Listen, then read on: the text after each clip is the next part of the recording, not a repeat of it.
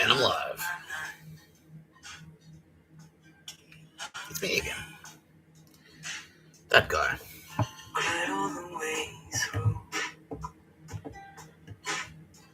That Mr. Tapscott guy. Flapping his jaw on the internet yet again. See, I swear it goes like that. It gets louder. It gets louder in the chorus. I swear.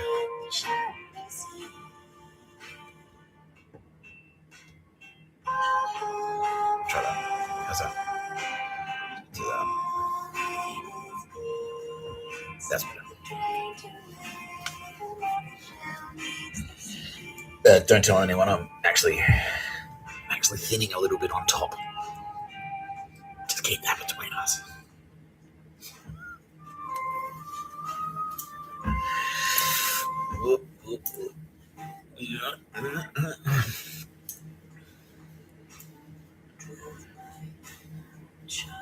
All right.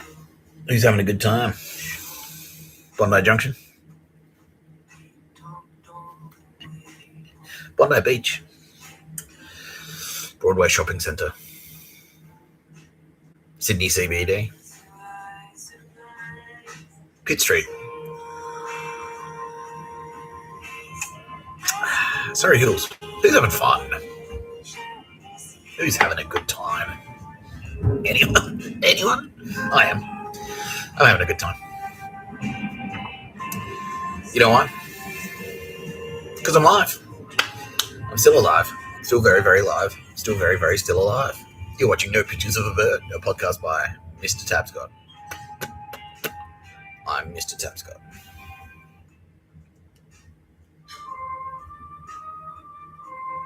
This guy. The God Emperor. Caravanner wanted me to say that. Joining me as always. Caravanner. Don't forget, Mr. Tapscott's the God Emperor. Don't forget, I'm getting married. Don't forget, I'm the Goddess Emperor.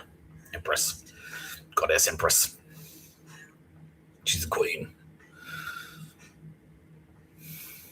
You don't fuck around. You don't fuck around with Tara Bennett.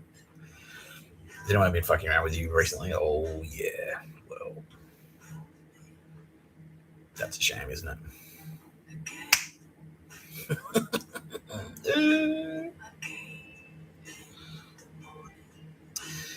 She's richer than you, better looking than you, smarter than you, funnier than you, cuter than you, better than you at cooking, better than you at Monopoly, better than you at backgammon.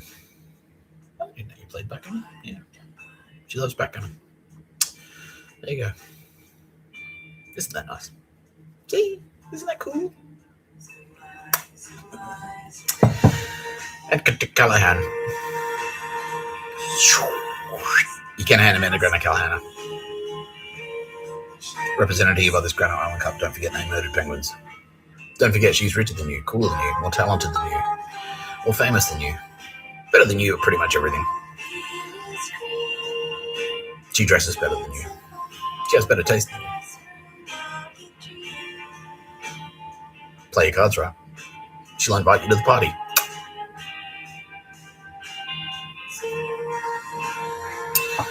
Special shout out to the graffiti artists. It's a big piece. I won't say where it is and I won't say which one it is, but I think you know who you are. Yeah, that was fucking sick. Yeah, because it's good because all I see now, most of what I see now is like, yeah, vanquished. Yeah. It's like, there are still like humans, like real humans who are still alive. Few.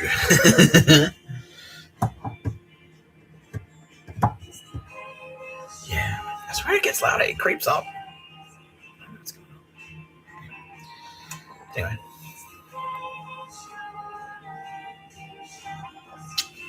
Okay, I'm being told that is a thing. That is a cyber attack. So we're going to play Google Maps.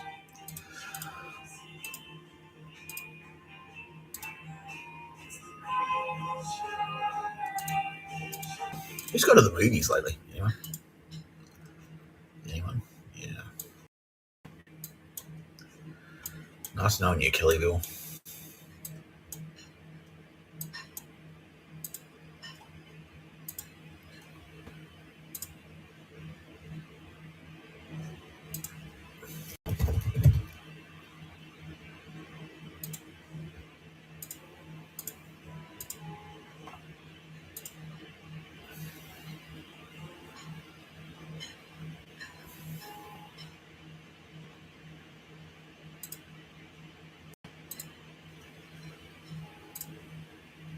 The coffee machine approves. Yeah.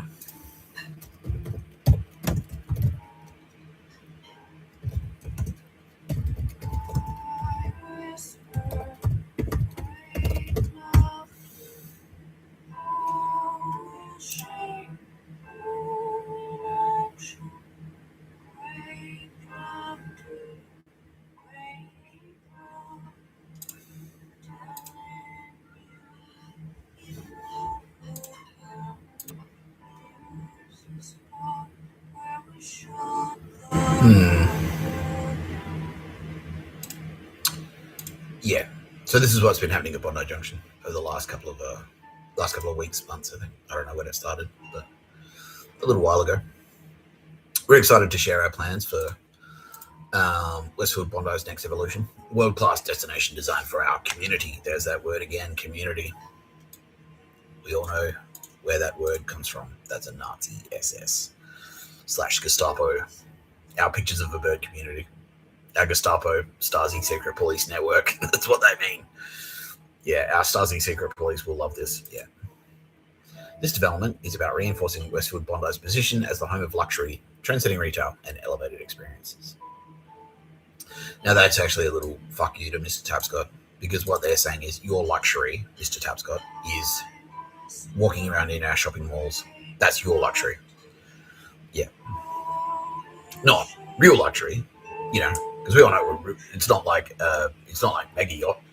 It's like, yeah, your luxury is coming on board our mega yacht, or your own mega yacht. Here's your own mega yacht. It's not a penthouse. It's not the Ivy. Yeah, it's not the Ivy nightclub. All to yourself and just like you and 500 mates. That's not luxury. No, your luxury is walking around in Westfield. Yeah, that's luxury for you, Mr. Tapscott. We're continuing to deliver a carefully curated selection of the best brands and experiences from Australia and around the world, inviting customers to explore what's new, what's next, and what's extraordinary. We know our customers visit Westfield Bondi to discover the latest and best trends in fashion, food, wellness. Yeah, of course, it's wellness and entertainment. Of family-friendly and premium dining paired with world-class entertainment. We are excited to confirm that the phased works on the new Level 6 precinct have commenced. Event cinemas will remain open while the works are underway. Level 6 is accessible by the escalators and lifts near Kmart and via the R1 Aqua car park. Customers will continue to notice changes happening throughout the centre as early works continue. We will have navigational signage in place to assist with directions and additional team members on hand to support. Questions and input from our community are welcome, and we'll have a dedicated QR code located on Level 6 hoardings to receive any feedback. We look forward to sharing more updates about the next evolution of Westfield Bondi over the coming months.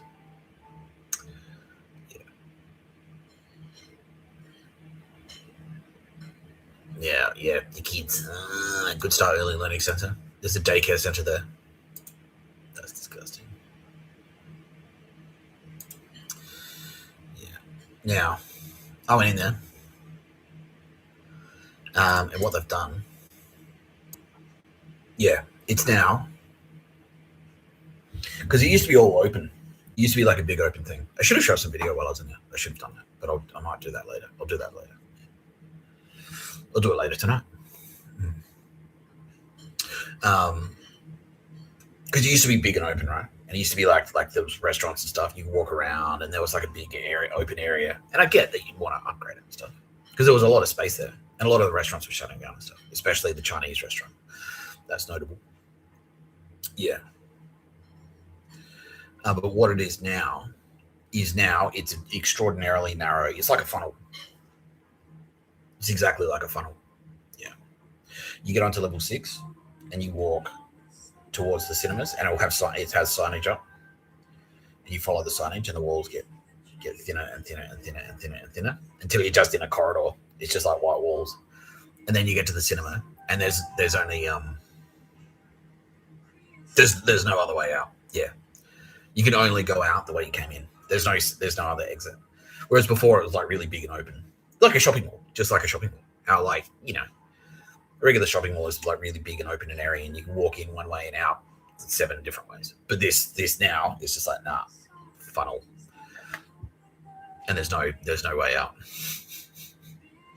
I mean, obviously they got fire escapes and stuff, but an average punter's not going to use one of those, and they're easy to lock. It's very easy to lock a fire escape. Yeah.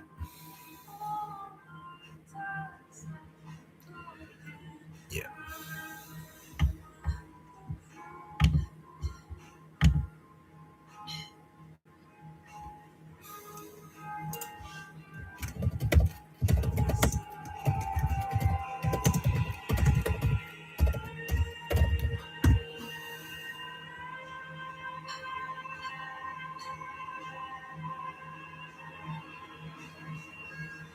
Yeah.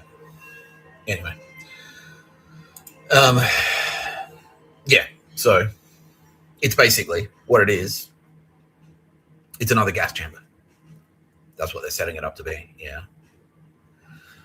Yeah, that's what they're setting it up to be. And they rushed the plans through as well. So this is the Australian SAS. Yeah.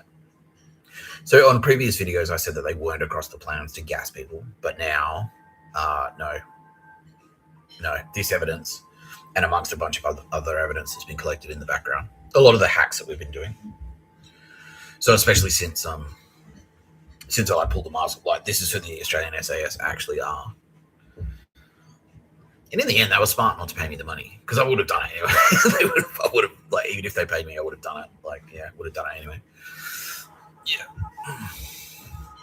Yeah, ever since I pulled the mask off them and said, like, this is who they actually are. Yeah, they're like, oh, fuck. Yeah. And it's like a bunch of stuff's happened in the background that not even I was aware of until right now. And that's what these videos we're actually talking about. Yeah. So this is being revealed to me as well by Kitty Callahan. Thanks, Kitty. Hello. My best friend, Mr. Tapscotch, she says. Oh. Thanks, Kitty. You're my best friend too. You're my favorite one. You're the best one. You're the best redhead I know.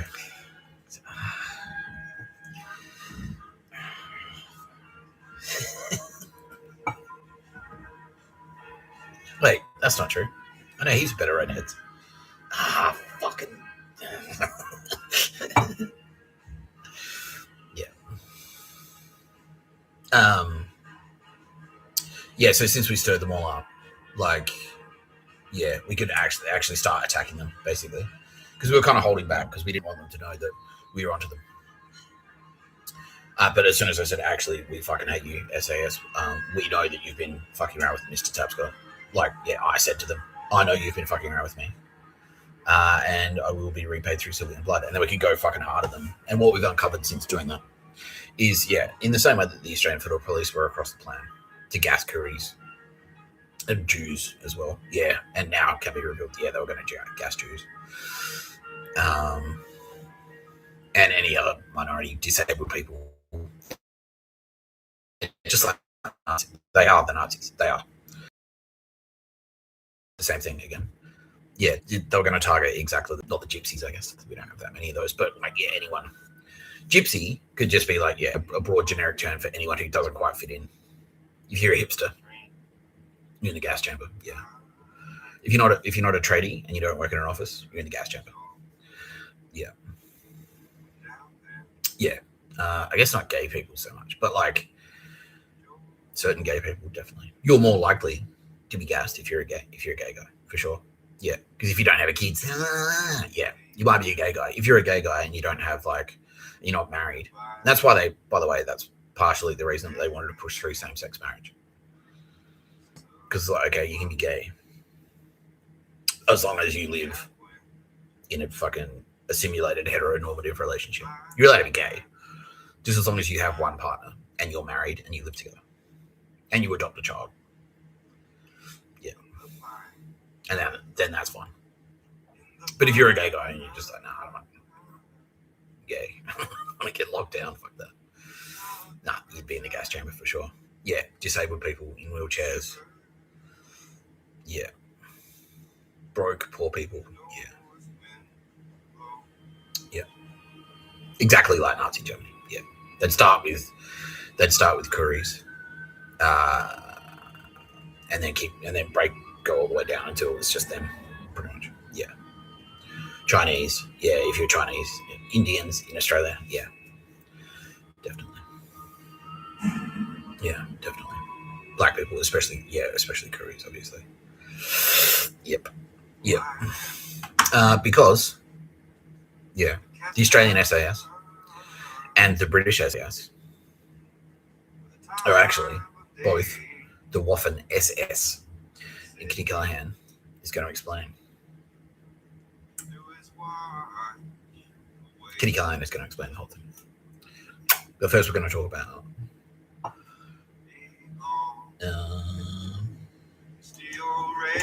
First, we're going to talk about.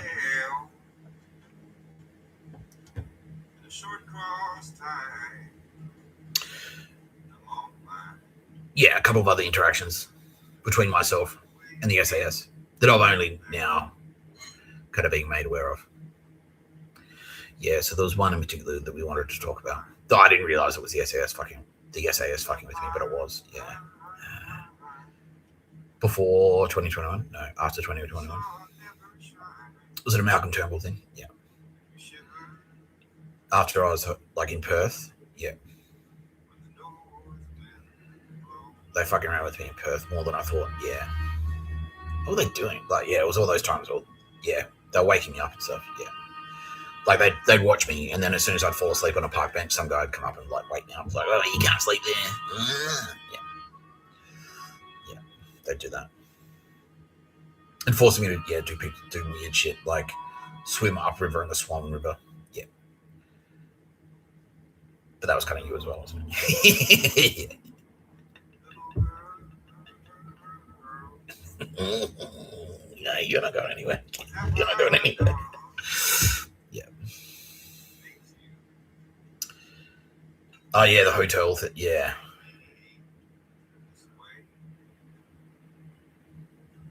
Yeah. Okay. Yeah. So the time I've told this story on the video before when I went to a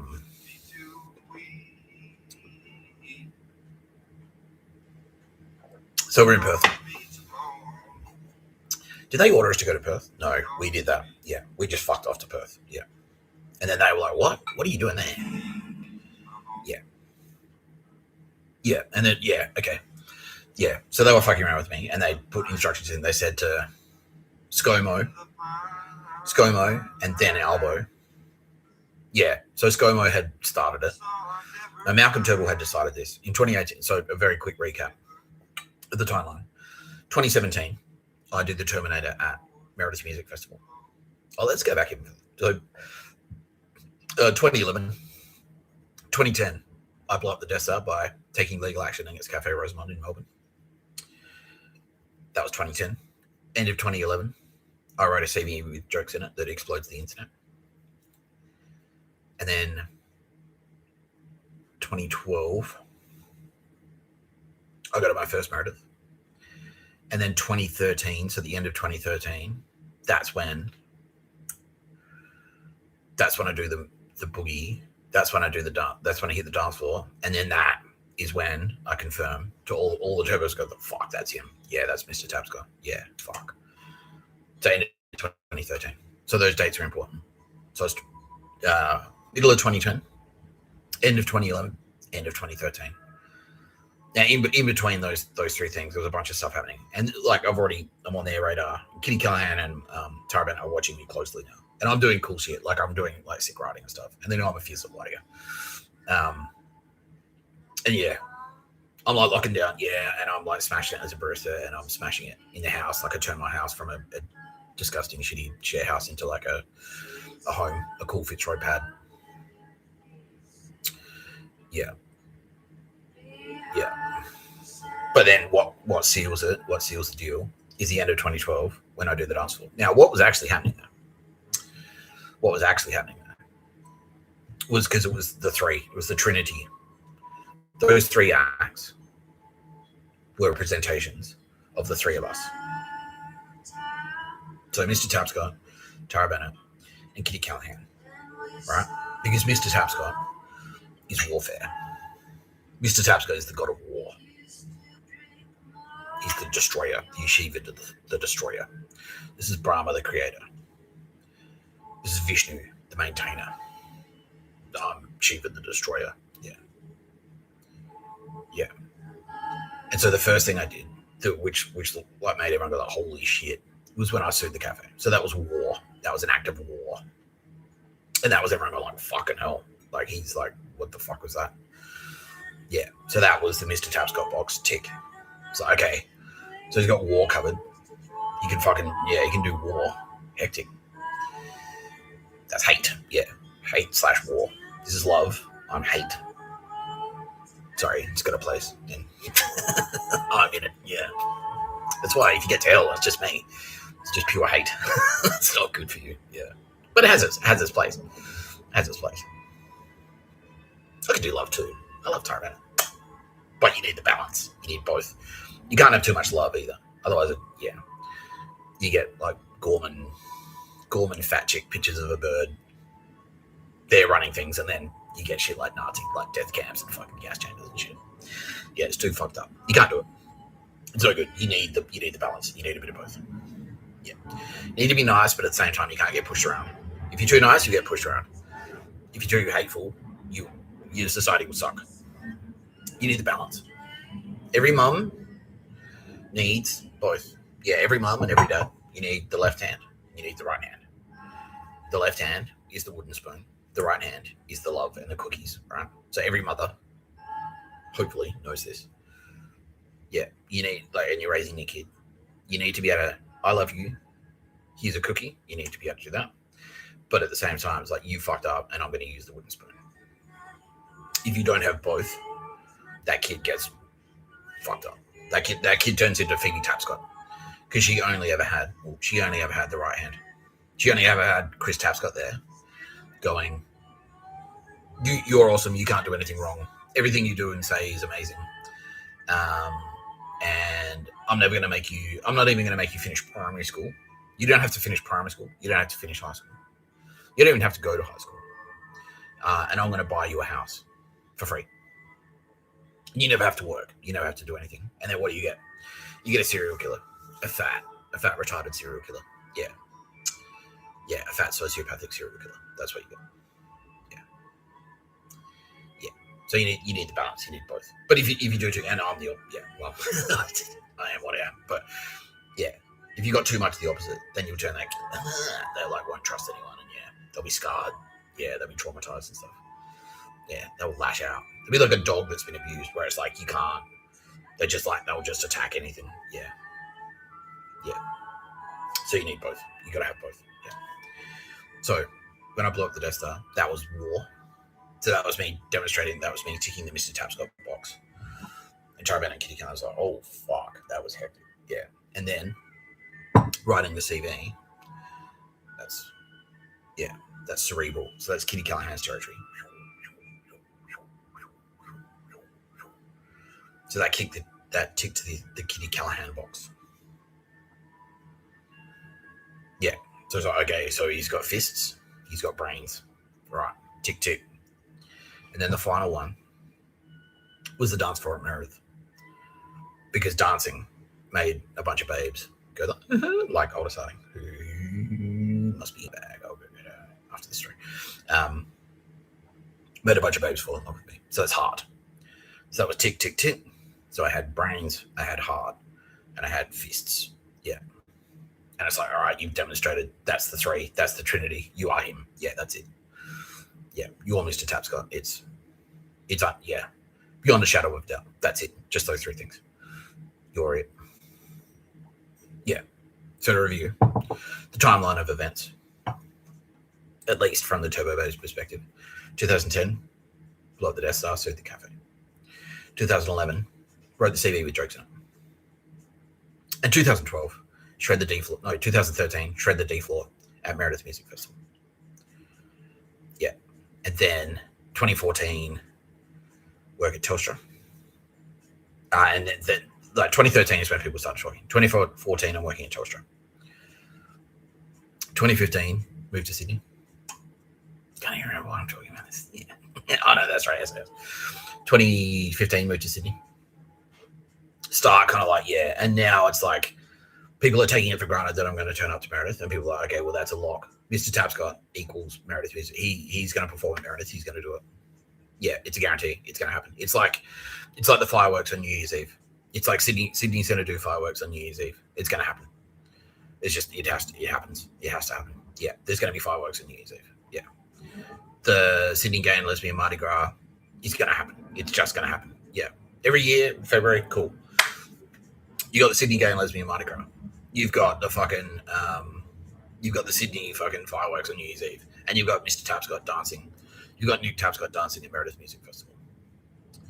And I kind of went like, nah, I don't agree to that. And then because, yeah, that's why, because 2016, that's when I got attacked.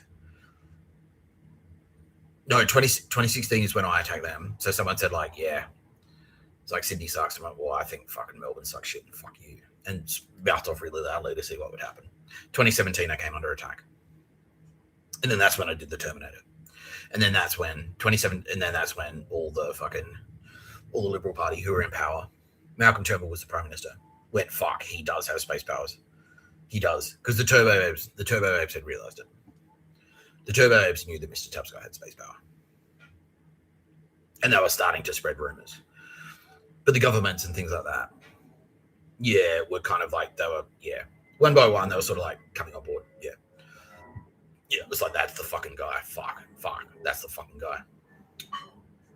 Yeah, and then Malcolm, so 2017, 2018, that's when Malcolm Turnbull, after I didn't turn up, yeah, so, because he was like, all right, well, if he's going to fuck with us like that, if he's going to do Terminator shit at Meredith, the next time he turns up to Meredith, we're going to bash him. And he took it for granted that I was going to turn up, because he's a fucking idiot, because he's a retard. I don't get these people, like, yeah, it's like, no, fame and influence at any cost. I'm like, no, why? That sounds shit. It sounds shit. I fucking hate it. I've always hated being famous. Always.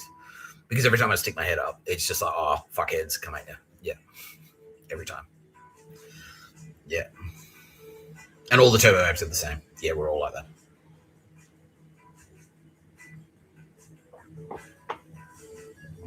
Yeah. So, 2017 is when Malcolm Turnbull decided. No, 2018 when I didn't turn up, he's like, fuck. Yeah. And they're like, well, he's the guy. Yeah. And then Malcolm Turnbull was like, that's when he accepted it. When I didn't turn up to that Meredith to get bashed. He's like, how did he know? And he's like, well, he's the son of man, dude. Like, and it's not even that. It's just obvious. Like, I fucking trashed a party. I'm not turning up the net. Like, if you go to a pub and you get thrown out, if you get banned, if you get thrown out of that pub for fucking smashing glasses and shit, you're not going to turn up the next weekend. you're gonna like, oh, I'll stay away from there. Yeah, I'll give it some distance. And he's like, oh, space powers. He must be some kind of psychic genius. How did you know? It's like, well, is it that hard to figure out? Like I just fucked you up on purpose. Like, obviously, I'm not going to turn up next year. I'm not going to pay $2,000 to get bashed. Like, yeah, fuck that. Yeah. He's like, oh, son of man, amazing. Yeah. But that's when. Yeah, so the SAS. And yeah, because 2017, that was the turning point, because that's when I wrecked the SAS. I fucking wrecked them. Yeah, and they were like very smug, and they're like, "Oh, well, he wants to, yeah, that's it. He wants to get into advertising. That's his highest and only priority. He's getting us to him. Yeah, he's impressing us. He desperately wants us to like him. That's his highest priority." And it's more like, no, I actually don't give a shit about that at all. I want you to pay me. That's what I want. I don't care if you like me. I just want your fucking money. I just want you to pay me to do a job, and then that's it. Yeah, because I've worked in hospital. It's like, I don't need to. It's like constant people, and it's like, I don't necessarily need to like you. I'm just here to make you a coffee. It doesn't matter. Like, if I think you got shit tasty music, it doesn't matter. Like, and I don't care if you got a stupid haircut. I don't care if you're a fucking idiot. Whatever. I'm just gonna go, yeah, cool. Anyway, great to see you again, Terry. Cappuccino, and then give it to you, and then you're gonna give me the money. Same. It's like, I want that. I just want that. It's like, no, you're like, yeah, like customers. That's their language. Yeah. It's like, we're your customers. It's like, well, exactly. Just like customers, I want you to give me the money, and then you fuck off. That's it. I don't want to talk to you outside of that. Yeah. Yeah. So that's when the SAS decided, like, oh, we're in charge of this Operation Nick Tapscott. Yeah, and Malcolm Turnbull concocted because it went into his brain and then mixed around with all the dog shit Presbyterian church thinking and all his weird ideas and all his ego and all his like all the fixations that he had on Nick Tapscott. He's like, all right, cool. This is going to culminate into like the dumbest fucking plan in the history of the universe. Pictures of a bird. He's going to walk around and be a broke homeless guy. Yeah, all the propaganda's in there. It's like, yeah, cool. The perfect life of Jesus Christ. He was a broke guy. He didn't do jack shit. He was a fucking lowly carpenter who got repressed by the Roman Empire. And all his friends were getting murdered and stuff for not paying taxes. And also King Herod was the biggest cunt in the world. King Herod was a fucking spastic. So Jesus sort of like kind of has a shit life and eats fucking gravel for breakfast until he's 33. And then he walks around in the dirt and says shit and eats more gravel. And that's it. That's his life. He eats gravel. And then 2 years later, he gets fucking nailed to a cross. Perfect. Yeah. You win. Perfect. Yeah. But no, we all agree. No, that's shit. That's a shit life. That's gay. That's a gay life.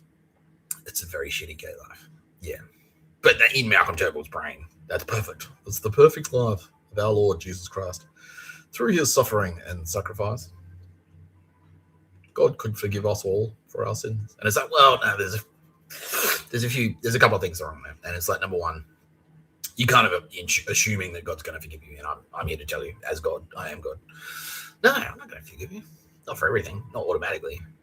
You got to do more than just go, I'm sorry. And if you're a fucking pedo, if you're a serial killer, if you murder like fucking 350 people or whatever it is, like Alex Turnbull has done, probably not, to be honest with you. Probably not. I'm probably not going to forgive you.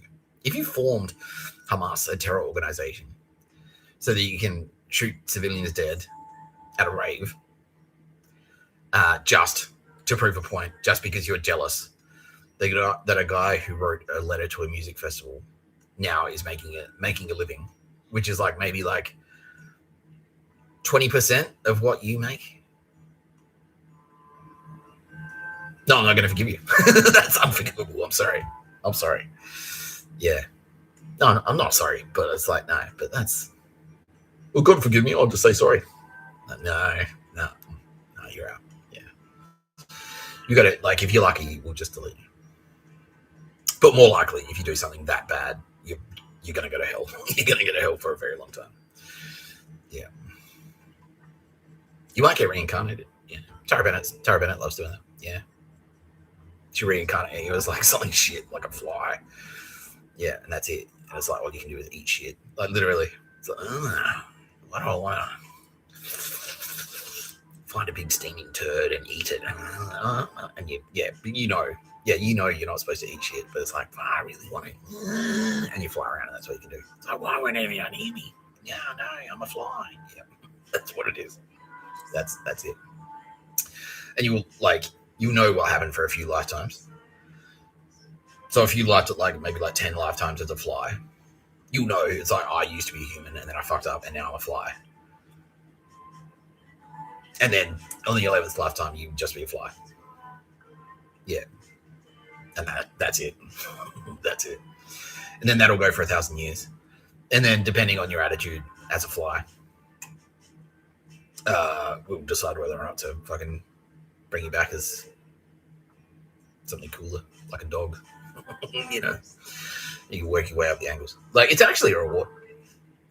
This is why it's so important. Like, this is why it's so terrible that you murdered like fucking fairy penguins and you murdered koalas. Like, you burnt out the bush with koalas in it. Because Tara Bennett, like, being an animal like that, Tara Bennett like views that as a reward. Yeah. So it's like, if you're lucky, if she really likes you, she'll bring you back as like a killer whale, an orca, you know, something cool. Yeah. And it's just like, well, cool. Like, yeah. And that's it. Like a koala. It's like, well, like I said, it's the analogy that I've used before. It's like a koala, basically. Just that it just wants two things. It's like, it just wants three things. I want gum leaves. I want fucking, and I want to sleep. And that's it. As long as I've got those three things, I am fucking set. It's like, cool. Well, Gun legs are pretty easy. You just need to climb up into a tree, and then there they are. Yeah, and I've used the analogy before. It's literally like there's a pub. Like your life is just there's a pub that's just there. There's a pub there, and then your job, your whole life is just to hang out at the pub, and you're completely happy. It's like, this is sick. Yeah, this is fucking sick. Can I get another schooner? Sure. How much is that? No, it's free. All right. Hey, baby, can I get laid? Yeah. All right. That's it. That's your whole life. That's it. Ugh, man. Been drinking a lot of schooners and rooting. Might take a nap. Cool. Sounds like a plan. That's it. And that plan works. That's fine. That's awesome. Everyone loves it. As long as no fucking spastic Nazi Alexander Downer fuckstick burns down the fucking pub with you in it. Right?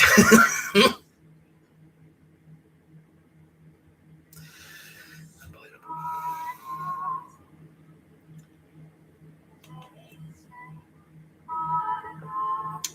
Unbelievable.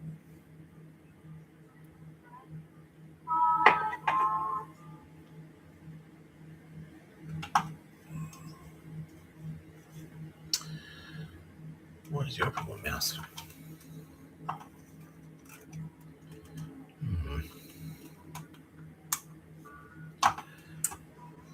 I've got mouse dysfunction. Anyway, that's when I was on the SAS radar. That's when I got put on the SAS radar. Yeah. And then and so that's around the same. So the Liberals were in power, and Malcolm Turnbull concocted the scheme, which was Nick Tapscott's. Yeah, okay, cool. I get it. All right, fine. He is the son of man. However, as the son of man,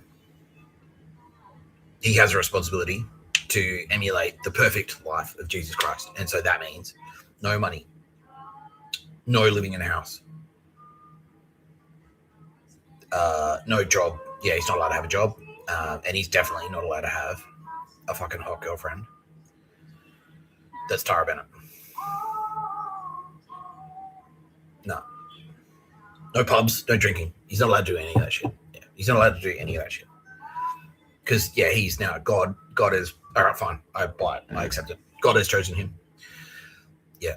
And that means he has to do what God wants. And what God wants is no sex, no booze, no sinful living in a house, and no sinful money. Yeah. Which is retarded for so many fucking reasons. So it's insulting. Yeah, Kitty Callahan is extremely insulted by that. She's like, you're a fucking idiot, dude. Yeah. Kitty Callahan is very sensual. She's a very sensual woman, I don't just mean she's like sexy. Like, the real meaning, like the real true meaning of sensual. She loves all of her senses. She loves to indulge all of her senses. She loves to eat. She loves to taste things. She loves to feel stuff. Yeah. Yeah. She loves art. She loves like cool art. She loves dressing well. She loves fashion. She likes the tactile pleasure of fine linens and fucking silks and shit. Yeah, exactly. She loves like expensive bed sheets. Yeah. She loves baths. Yeah. I've mentioned that before as well. Yeah, Kitty Callahan loves baths. She loves like bubble baths. Like she loves like smelling really nice and stuff like that. Yeah, there's oils and things like that. Yeah, she's very sensual.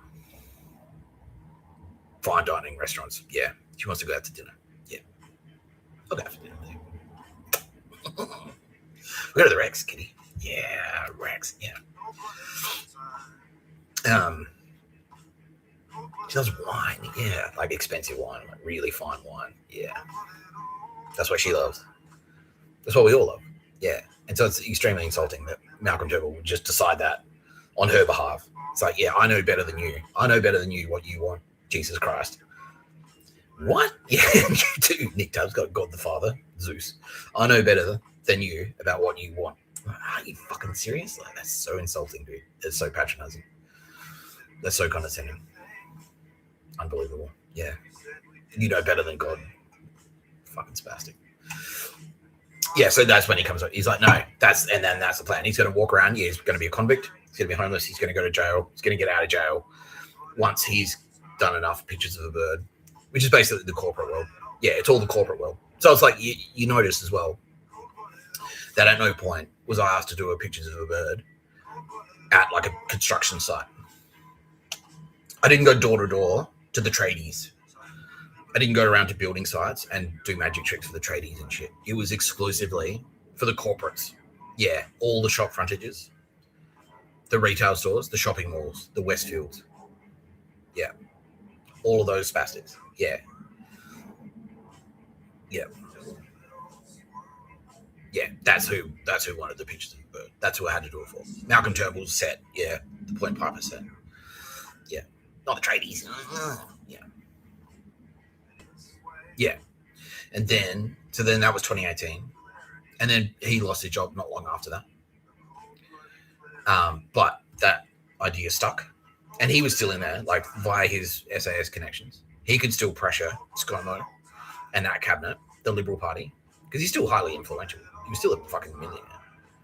Nearly a billionaire. Still a killer, still a murderer. Yeah. So he could still exert his influence, for sure. Yeah. And then that's when, yeah. And then that's when he came up with the plan. 2018. Oh, no.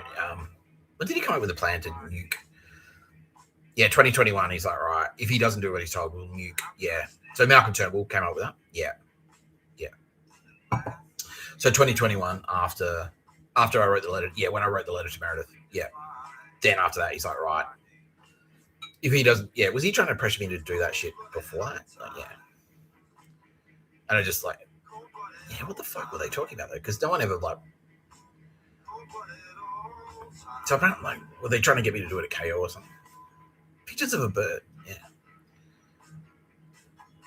Is that why Joel told me to like not work from home, not come to the office? Yeah.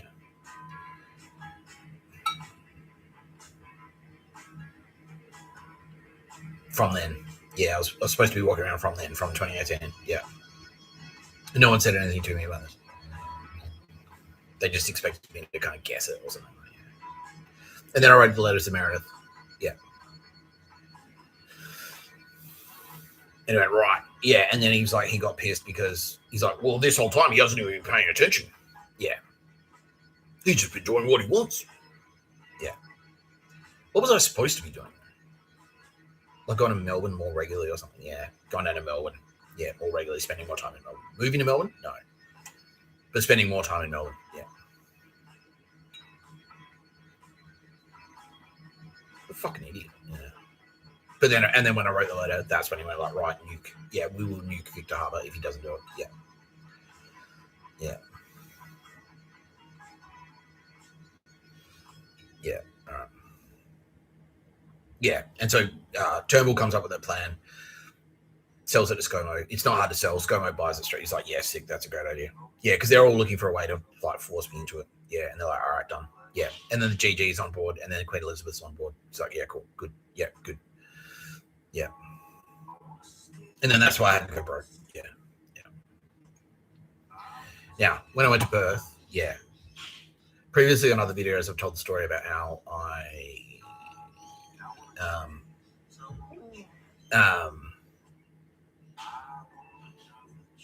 previously on other videos, I've told the story about how when I went to Perth, I stole the lady's phone. I had to go do pictures of a bird, and I stole a lady's phone. So that was actually a factional thing. Yeah. So I was in Perth. They thought, like, we told them that we went to Perth to do pictures of a bird, but actually we were going to Perth to just get away from all the fucksticks. Yeah, because people were breaking into my house while I was at Think Smart Marketing, like while I was at work. If I was out of my apartment, they'd break in and steal stuff. Yeah. Yeah, they'd do that. Yeah. Which is gay, because that's so rude for so many reasons. Yeah, it's massively illegal. Yeah. Yeah, I found an umbrella on the street one time, and I picked it up and brought it home. And then I came home one day, and the ceiling fan was running, and I never leave the ceiling fans on during the day. The ceiling fan was running at full speed, and the umbrella was gone. Yeah. I was like, oh, fuck you. Like, someone's broken in. Yeah, gay. Yeah. Yeah, and the Brent Button stuff, yeah. Like I went to a party and it's like, you're supposed to be having kids. And then I didn't. And then the Brent Button accident happened. Yeah. And the murder of Ash Gordon, that happened. Yeah, and then October 7 happened. Yeah. Yeah. And then yeah. And so we're just like, well, we'll just get the fuck out of here then. Yeah. And then to sort of like keep them off our back, basically, we told them, it's like, well, we're going to Perth to do pictures of a bird. Yeah. And then we did a couple of, like, we just did like a handful of them. Yeah. Just to sort of, like, yeah, keep them off our backs. Yeah. Yeah. And then, yeah.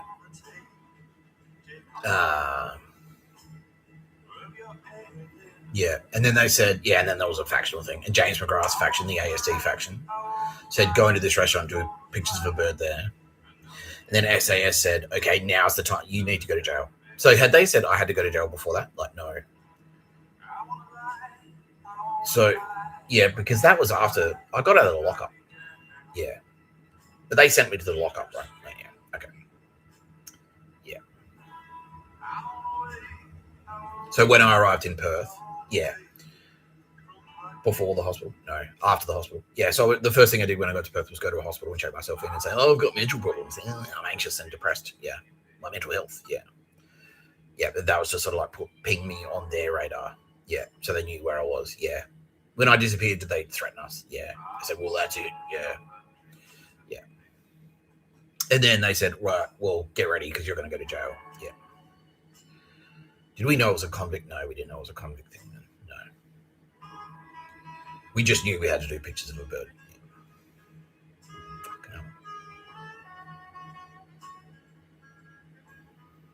Yeah, gay. Very gay. Yeah, very gay.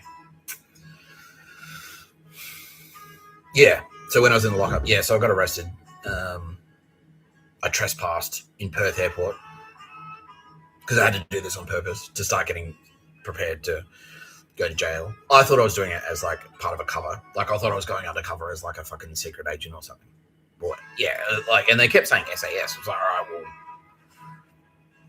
I need to go undercover. So yeah, and then they're going to extract me, send me to the military base. And then that's where I'll do the push-ups and get the gun and learn how to fucking break a man's neck with my bare hands and all that shit.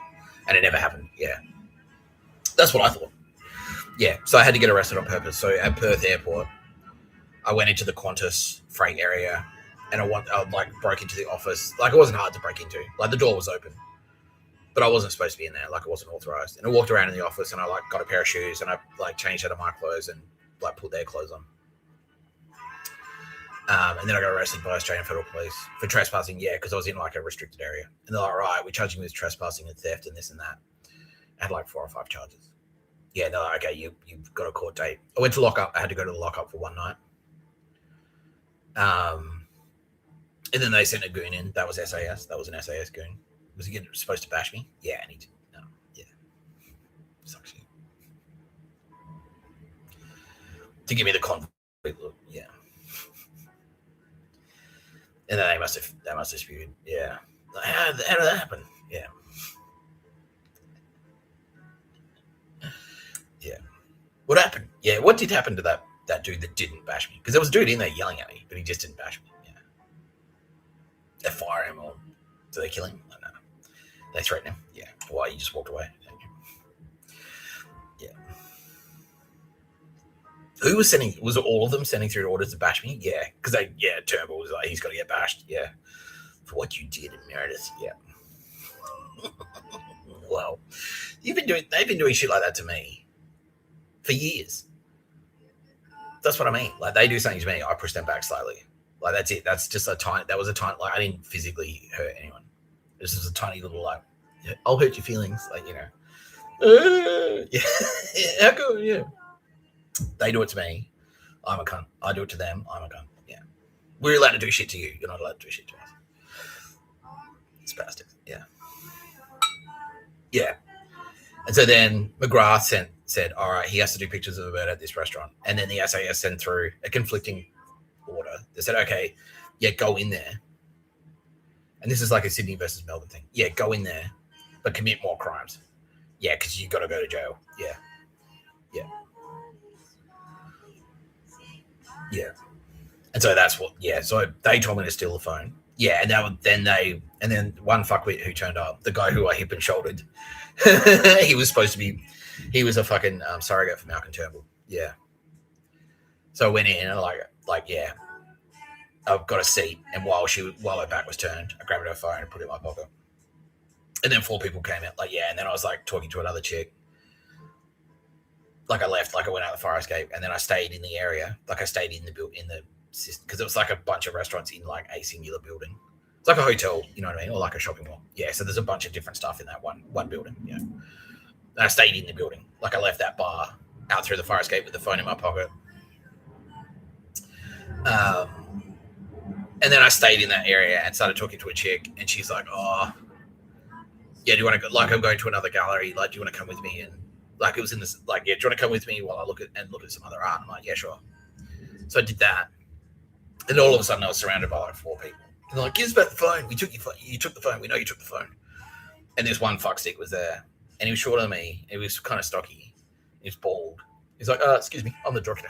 And I'm like, director of what? It's like, because he expected me to go director of the movie, which is a dog shit SAS thing. So we're making a movie. Where it's just they cause drama for no reason. So we're making a movie. Yeah, it's a gay CIA thing. Yeah. Such fucking faggots. Yeah. Yeah. And then I whipped it out. Yeah. And so Malcolm Turnbull was expecting me to get arrested then. But no one told me that. Yeah. And so I was like, all right, well, I'll get out of this situation.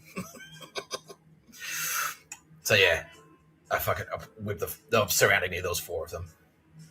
Give us back the phone, we know you got the phone. I'm like, no, I don't. What are you talking about? And then, yeah, I threw it over the roof of a building one way. And then while they're all distracted, I bolted the other way. And then the bald guy's chasing. Too many big bags, mate. Too many big bags. And then I doubled back.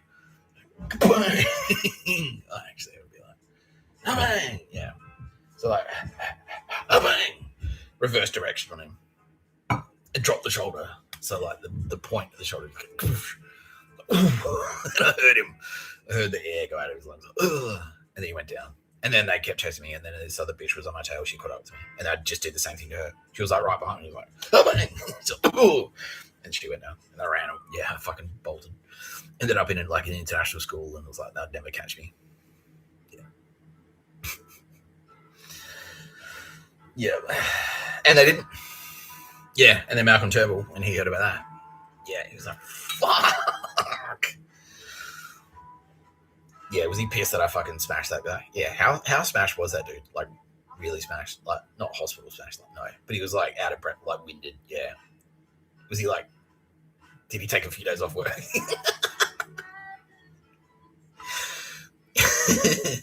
He recovered though, right? But he's dead now, yeah. But he recovered, and then we killed him, yeah. And that bitch as well, the same, yeah. Gold. Yeah, yeah. So Turnbull, all the Liberals must have heard about that. Gone, fuck. Was Albo in by now? No, Albo was about to get elected. Yeah. No, it was Albo. Yeah, it was Albo. He must have been. Yeah, Albo and that cabinet were fucking fuming. Yeah. Yeah, they all were. All of Canberra. They were like, fuck. Yeah. But that ball cut was supposed to be Malcolm Turnbull. Yeah. Yeah. And then, yeah, because I popped on the radar. Then I had, then everyone piled on. Yeah. Then I had CIA in there, had an NSA in there. That's what I was doing, the CIA riots with gay. Yeah. I had the Libs in, I had the SAS, the Australian SAS were in there. I had the British SAS in there. I didn't go back to jail in Perth, but I just sort of floated around. Slept where I could, broke into hotels and stuff. Yeah.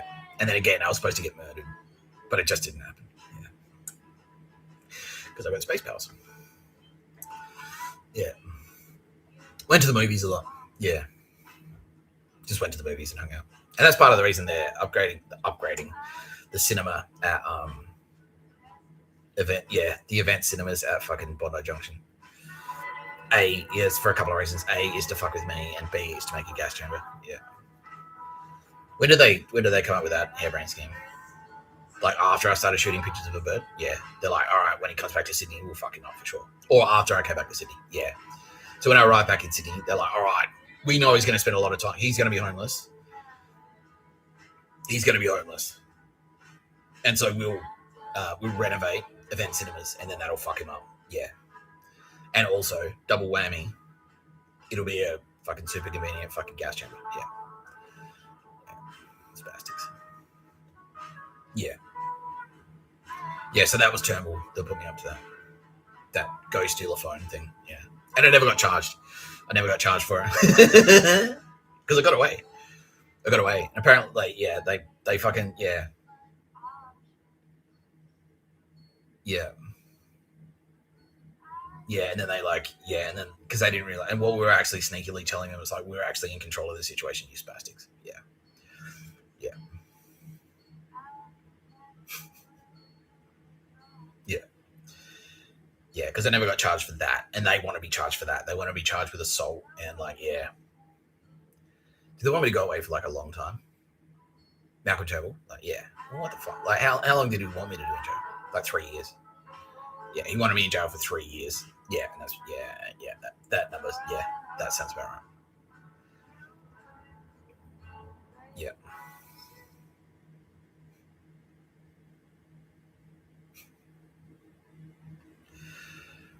Yeah. Spastics. Oh, and that's who that fuckstick from Bono was supposed to be. Yeah, so they put a cunt in my cell. He reminded me a lot of James Walker from Melbourne, but he was actually supposed to be representative of Malcolm Turnbull. Yeah. Yeah, so that was a mid-North Coast. He's dead now, obviously. Yeah. He wasn't a... Was he... No, he wasn't. No, yeah. And who put that other fucking... Jacob... Yeah. Jake. Yeah, who put them in there? Is that Turnbull as well? No, that was Dutton. No. ASD. Yeah, Mike Burgess. Yeah, ASIO. Yeah, they chucked him in there. Yeah. Yeah. Well, fuck you, Mike Burgess. I'm glad you're in hell. Where you belong. Yeah. Yeah, and then everyone was like, yeah, piling on. In Perth, everyone was like, yeah. And it had like Skull and Bones like throwing in frivolous charges. Like, yeah. Like I walked into the foyer of like Rio Tinto or something like that. Yeah, or no, it was Chevron. Yeah, I walked into the foyer of the Chevron building, and they charged me with like burglary with intent. Yeah, breaking into with intent. Yeah, even though I didn't steal anything. That's all I did. I walked into the foyer and went up an escalator. Yeah, that's it. Yeah. Yeah. Yeah. Turnbull, you fucking dog. Yeah. And then in that time, yeah, when I got when I got adjourned. Yeah, that time I got adjourned. And it was like the first time I got adjourned for 4 weeks. I'm like, what the fuck is this? Like, I thought, what is this shit? Are we just in here to get cover? Now I've got cover. Let's get the fuck out. Yeah. And like, no, you're staying in here. Oh, fuck. Yeah. And then one of those goons in there, Toofy, that was a Turnbull goon. The other goon that was in there was a fucking... Yeah, and also, yeah, I tried to apply for the military. Yeah, that's it. Did we do that or did they do that? We did that. Yeah. Yeah. To piss them off? Yeah. Yeah. Yeah, because it was like, all right, yeah, because it's not pictures of a bird. It's trying to get a job. Yeah. And they must have hit the roof. Yeah. Elbow. Like, fuck. Yeah. Yeah. Yeah.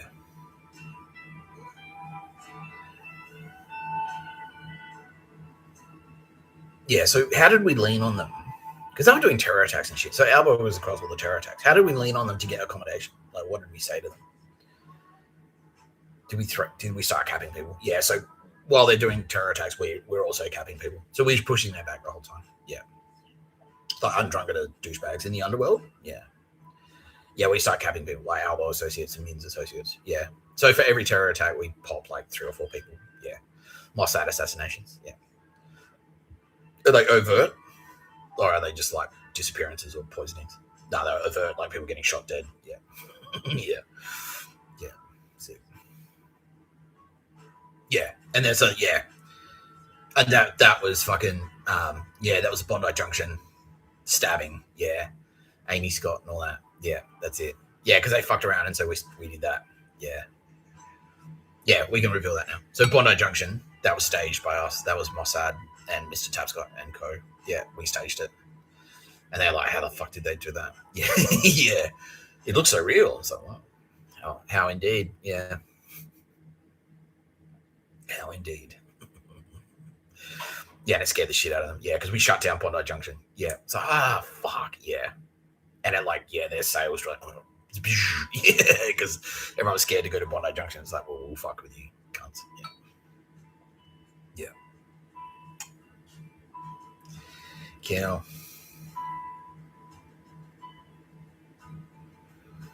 There's more, wasn't there? Yeah. Can't even remember what we were supposed to. I was supposed to be talking about like how Australian SAS and British SAS are fucking the Waffen SS. All right, let's start talking about that now. Okay, so in past videos, we've established the link of how we told the story about how, yeah, I'm just trying to think. Yeah, Malcolm Turnbull trying to kill me and trying to fuck with me and nuclear weapons and stuff. Yeah, of how Nazi Germany. Yeah, it's like the SS. Yeah, we'll do it again very quickly. Yeah. Okay.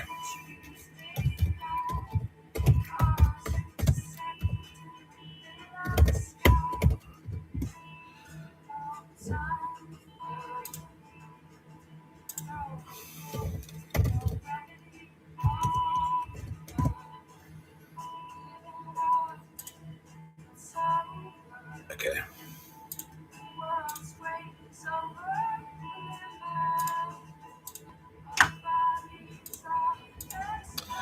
So this is Waffen SS. It was the combat branch of the Nazi Party's paramilitary Schutzstaffel. So it's basically, it was just, yeah, it's like, imagine, well, it's what they are. Imagine the Liberal Party just like decides, we're going to get some guns and we're going to start training like a military. Yeah. And so it's exactly what they've done. it is us. Yeah, except they didn't make it overt. So the Nazis, like, no, they've advertised it. It's like, yeah, we're military. Like, not only are we a political party, we're also like a fucking militia, a highly trained elite squad that have guns and tanks and all that shit. And this is exactly what the Australian SAS have done, except they've got Hamas and they keep it low key and they pretend that they at least pretend that the Australian SAS isn't like an armed militia, but it is. Yeah, it is. Well, I mean, the SAS is, but they pretend that they're not fucking controlling your life. They're not spying on people. Yeah, they're not overt about it. The monkeys don't have like fucking the Droga 5, the advertising agency, doesn't overtly have machine guns and uniforms and shit like that. Yeah. Anyway, 1945. It was disbanded in 1945. Sure it was. Yeah. So founded in 1933. That was less than 100 years ago, which really isn't very long. That's like 2 lifetimes. That's nothing. So your grandfather, I'm 45. Yeah, that's nothing. So 2 of my lifetimes. Yeah. If you zoom out on like the history of planet Earth, you know, considering that the pyramids were 10,000 years ago and they're still there, you know, the Waffen SS like less than 100 years ago, that's nothing. It's like, may as well have been yesterday, you know. Yeah. Dissolved in 1940. Yeah. 1933 it was founded. Allegedly dissolved in 1945, but just like officially. It was officially dissolved. But all they did was like strip the logos off. Now, at its peak, 900,000. There were 900,000 SS in 1944.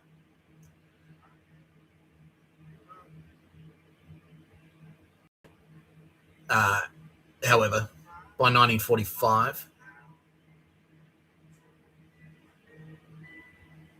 1943, 1944.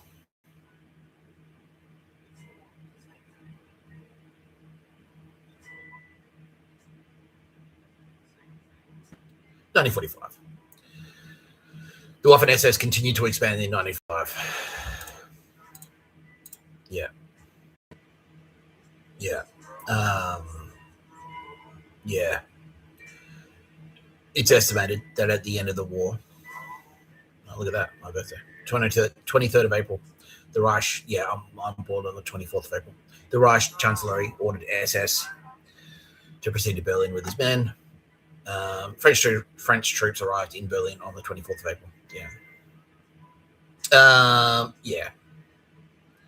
So by the end of the war, there are 1 million SS operational in Germany. Like one with 6 zeros. That's a lot. Right? And then the war ended. West Germany went to the Western Allies, so the Americans, the British, and the French. East Germany went to the Soviets.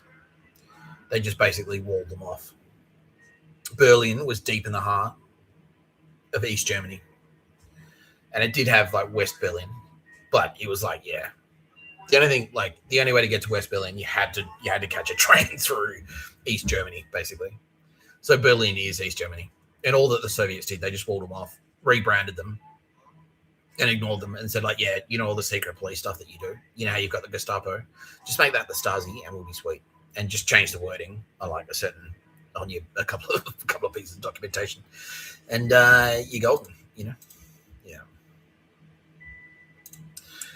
So 1 million, we've got 1 million operational SS at the end of 1945, at the end of the war.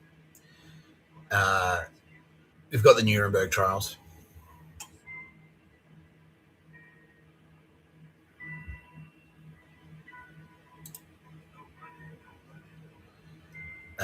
Where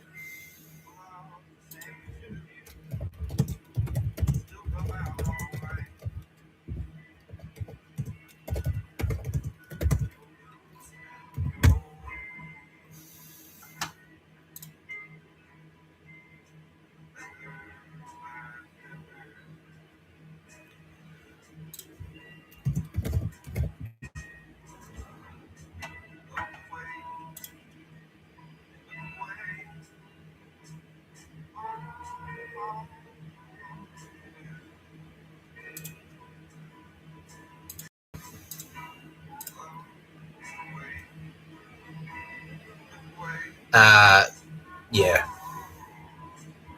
that's it, basically. There are about 200 executions. So out of a million SS, 200 of them were executed, leaving 999,000.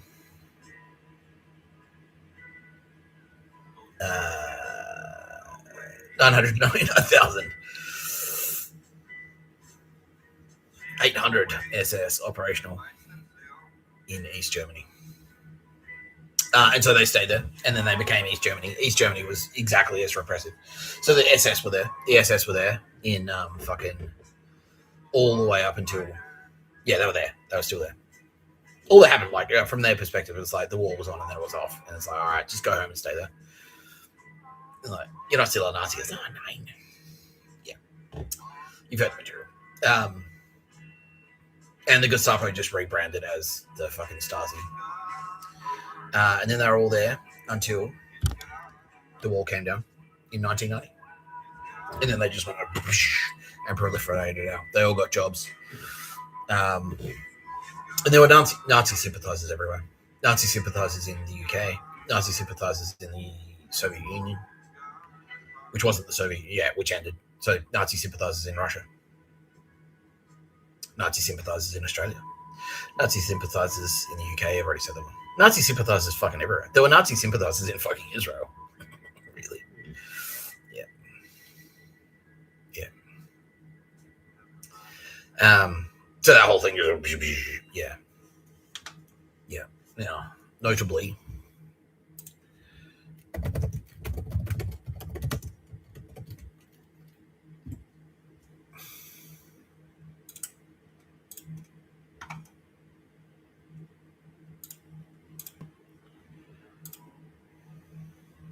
So this is the Australian SAS. Formed in 57 and expanded into a regiment in 64. Drawing inspiration from World War II units like Z Special Unit. So Z Special Unit predated. Like, Australia didn't have an SAS in World War II. They only formed in 1957. Yeah, Z Special Unit was Australia's Special Forces. That's why I'm Z Force. Z Force. Yeah. More than just a regiment. Yeah, reality TV show. Yeah, Dark Take. Yeah.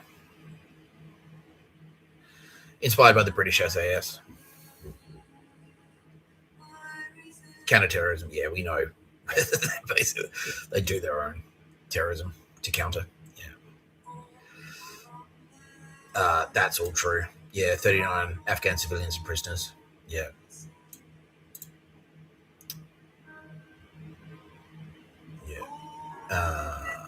They've always seen action. 65 and 66, they're in Borneo and Vietnam. They're doing peacekeeping, Somalia, Rwanda, East Timor, and Bougainville. Heavy involvement in Afghanistan 2001 to 2021 and the Iraq War 2003 to 2011.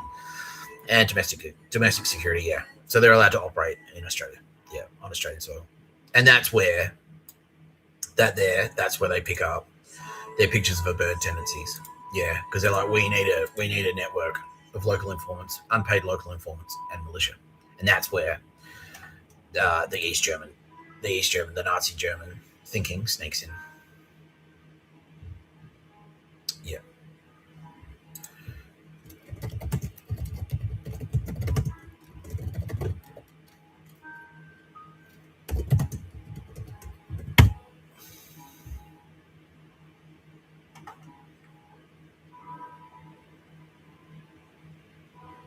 This guy. Firstly, his name's racist. Major WA Gook. Yeah.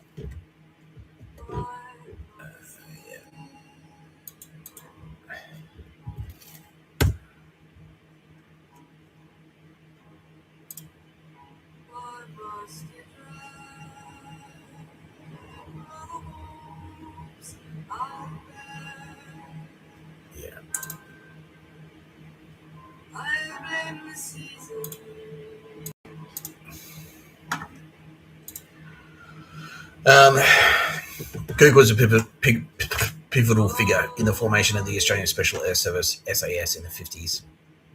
He was put in charge of forming a proper Special Forces unit on July 25, 1957, appointed to administer command of the first SAS company until Major Eales arrived to take over.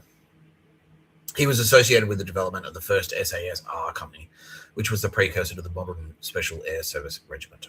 No. Show A. No, that's different.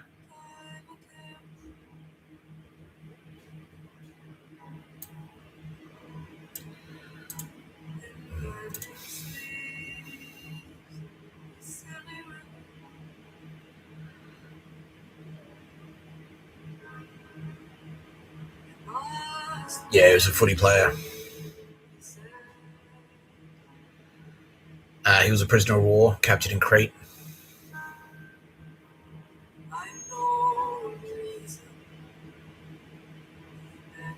He's from WA, Swanburn. Yeah. Yeah.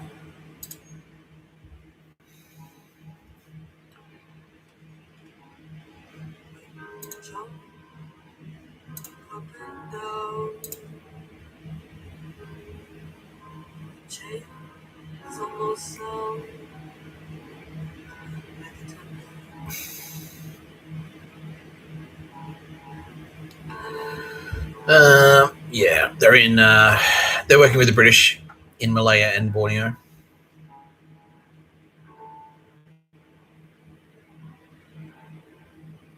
The initial request by the British government for the Australian SASR was declined As the conflict grew, the SASR was brought in, tasked with stopping the communist Indonesian troops from taking over Borneo.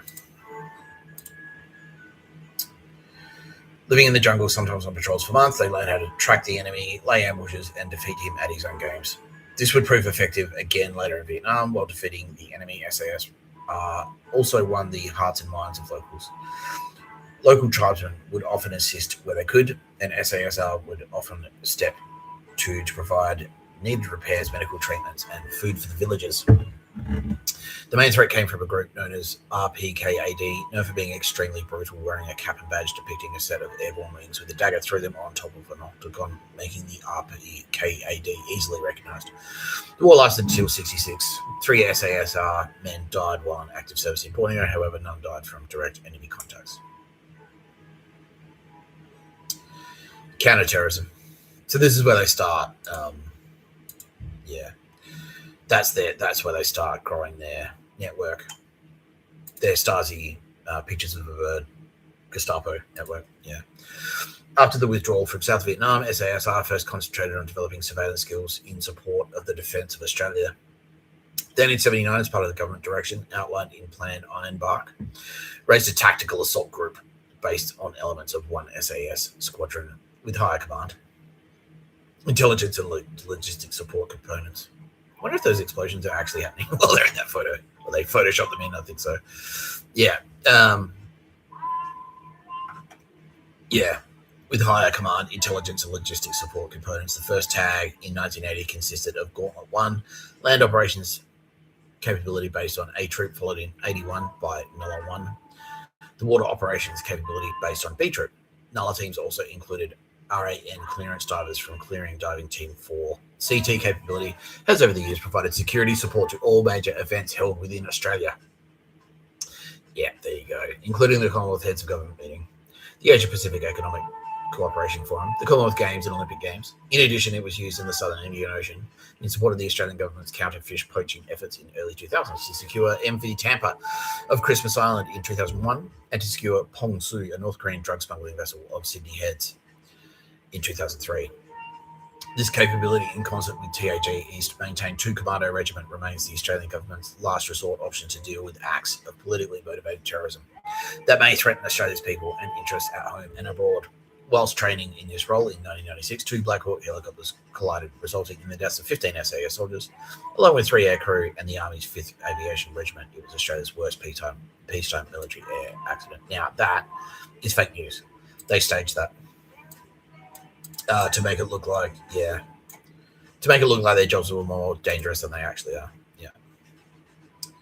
So fuck you, SAS. I don't give a shit. And then but that's basically it. So under the guise of counter-terrorism, and don't forget when the Bali bombings were and how we've traced we've connected the SAS to the Bali bombings. The Bali bombings were in 2002. And then post-2002, the SAS are involved. The Australian SAS are involved with security, domestic security. So they're like, well, we need to operate like there's terrorism out there. Bali's not that far away. And then that's what, by the way, that's where Jamaah Islamiyah, that's how they met that guy, because they were serving in Borneo and fighting against these Indonesians. And they made the contacts there. And it's like, well, we need to cultivate human sources of intelligence. So basically, they just formed their own terror. They just recruited their own terrorists in the region. Basically, that's what they did. Yeah.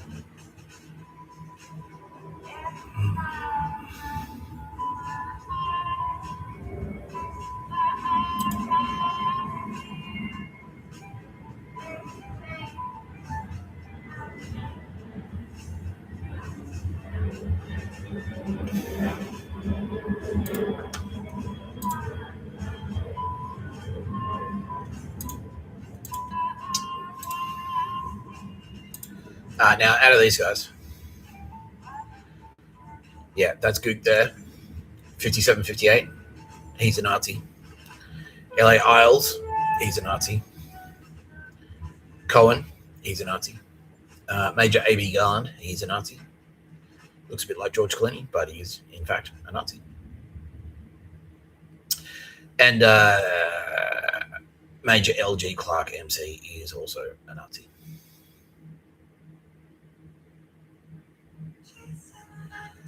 Yeah.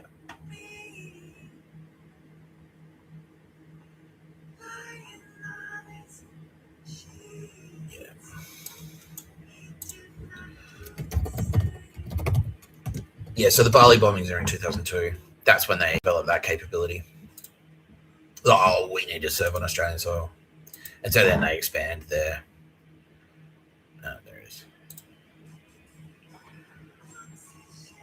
And then that's when they expand their network of unpaid informants. They're pictures of a bird, Gestapo network. Yeah.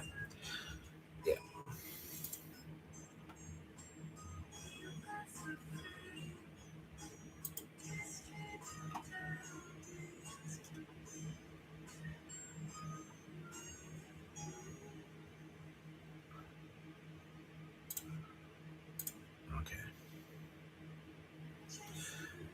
Now, the Australian SAS was modelled after the British SAS. The British SAS was founded in 1941 by David Stirling.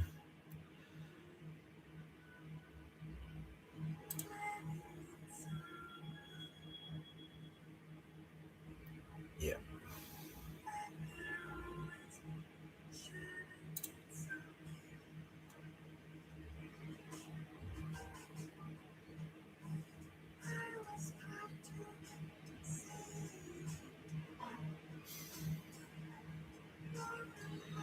Yeah.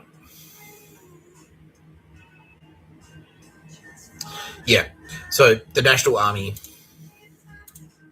Museum records that Stirling was born and raised in Care House, Penshire, into an aristocratic Scottish family with a proud military heritage. However, the Scotsman newspaper of the 20th of November 1915 and the Stirling Observer of 23rd of November 1915 both published announcements that the Honourable Mrs. Keir gave birth to a son on Monday the 15th at 15 Cambridge Square, London. He was the son of Brigadier General Archibald Stirling and Margaret Fraser, daughter of Simon Fraser, the Lord Lovat, descendant of Charles II. Charles II was a cocksmoker. Was the king of Scotland and a fucking spastic dog. Yeah.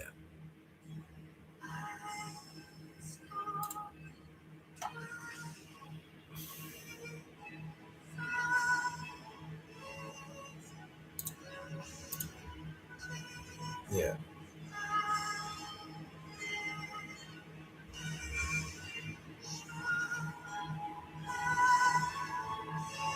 Yeah. Now, his father, Archibald Stirling,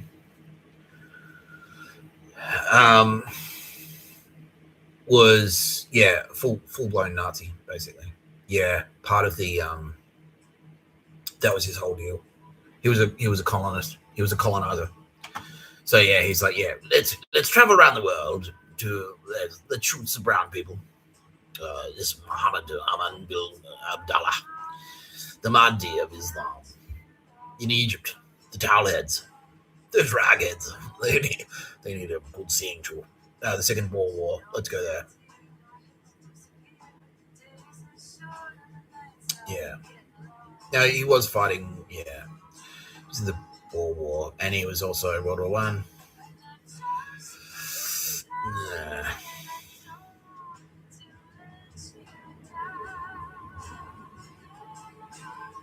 The point is, all of these people are jerks. They're all fucking Nazis. Yeah. The Carlton Club and the Turf Club. Yeah. Right. Yeah. His fiance's family were devotee Roman Catholics. Yeah. Yeah. Ninth Baronet. Yeah. There you go. Yeah. Stirling was born at Keir near Dunblane, the second son of Sir William Stirling Maxwell, 9th Baronet of Keir and Pollock, and his wife, Lady Anna Maria, second daughter of the 10th Earl of Levitt Melville, Sir John Stirling Maxwell. was his elder brother, and Sterling, yeah, presumptive to the something baronetcy, yeah. So they're British aristocratic Nazis, basically. Yeah.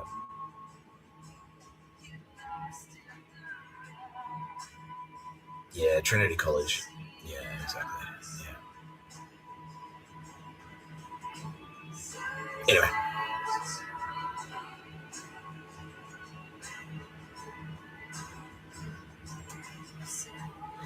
The Unionist, yeah. On 20, yeah, so this is Sterling's dad. 21st of February 1917, Sterling was elected unopposed as Unionist Member of Parliament for West Perthshire. Oh, really? West Perthshire. He sat until the general election of 1918 when he unsuccessfully contested Kinross with Western Perthshire. This was a shock defeat, having received the endorsement of the coalition government, and was blamed in the local press on his perversion, i.e. Roman Catholicism. Yeah. Yeah, he's Roman Catholic, basically. That's what this says.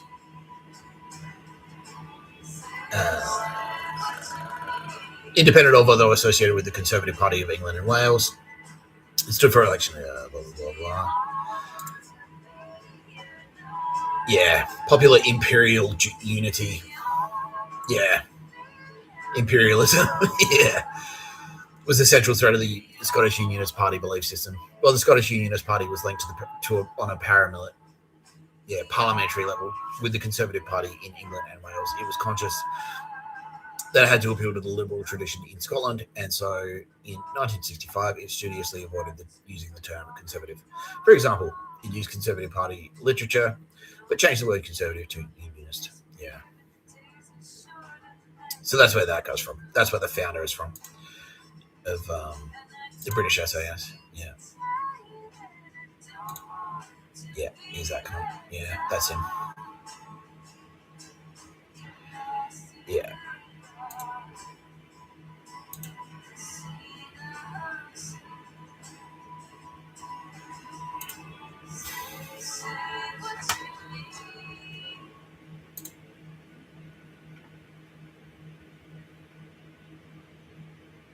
Yeah, Coast Watchers.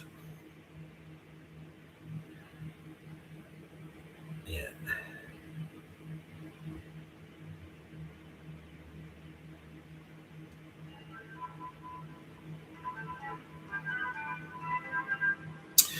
Yeah. The SAS draws on the experiences of Z Special Unit, M Special Unit, and independent companies, and the Coast Watchers, which operated in the Southwest Pacific area against the Japanese during World War II. These units had been disbanded soon after the war as part of the demobilisation of the Australian military. However, after observing the operations of the British Special Air Service during the Malayan emergency in 1950, the Australian Army decided to raise its own SAS unit. The first Special Air Service Company was established on the 25th of July 1957 at Swanbourne, a suburb of Perth, Western Australia, with a strength of 16 officers and 144 other ranks. In 1960, the company became part of the Royal Australian Regiment, and was given the responsibility for commando and special forces operations. As part of the Pentropic organisation adopted by the Australian Army at the time, the regiment's primary wartime role was a divisional level reconnaissance. 20th of August 1964, the SAS gained regimental status and was expanded into 2 Sabre squadrons and a headquarters severing the link with the RAR. The raising of the 3rd Squadron. The raising of the 3rd Squadron was approved on 30th of April 1965 as part of an overall expansion of the Australian Army. Yeah, so in the 60s, they get separated off. So overseeing all of this is Prince Phillip. Prince Phillip is a Nazi. Just going straight up. We've established that as well. Yeah.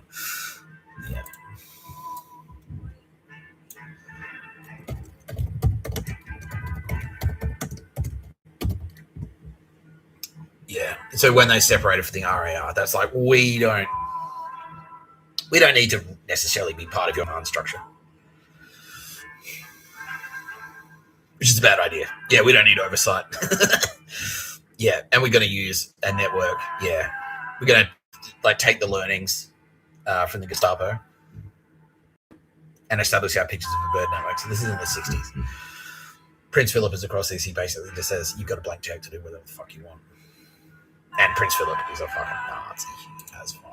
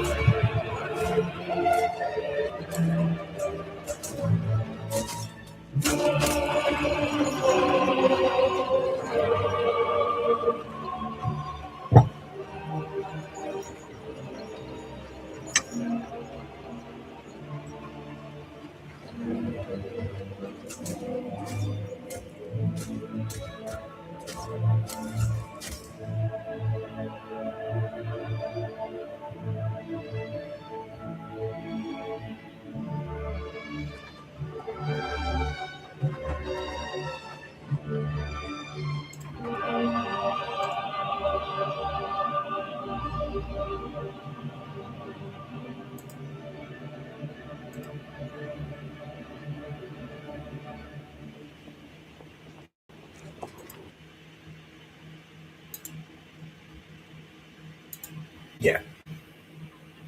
Yeah. Look, I know it's just a TV show, but that's not inaccurate. That's where Prince Phillip's from. That's where he's from. Yeah. Ready when you are. Well, we can't discuss and comment on the situation in Egypt and the international response. Why? Huge demonstrations on the streets of London. Eden caving in to international pressure and calling a ceasefire. You don't think it's a pretty significant moment for your country? Perhaps, but I'm not going to pass comment on that. Why not? It's not my job. It's not what members of the royal family do. But you must have thoughts about it. Of course. I'm a vegetable, but my thoughts on issues like that remain a private matter.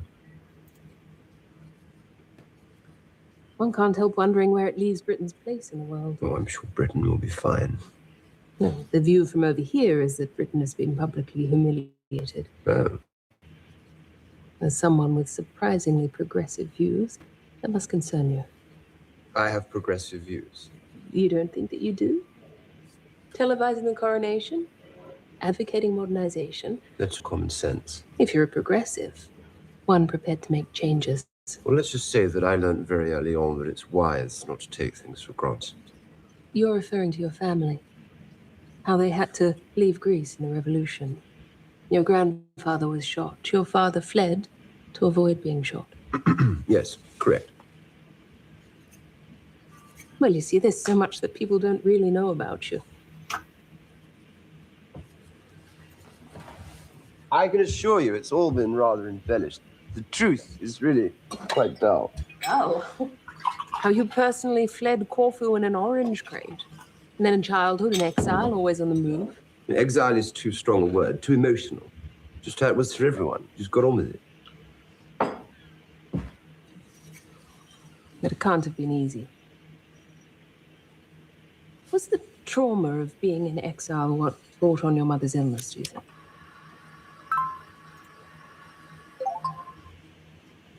What illness? Well, the information I have is that she suffered a breakdown.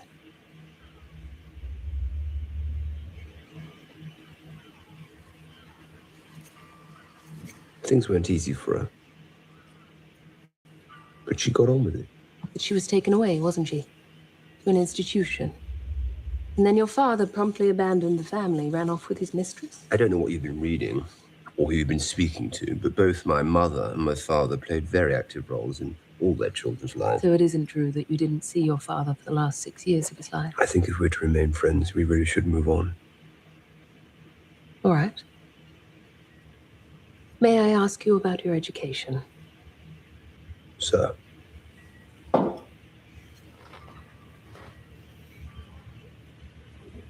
Sir.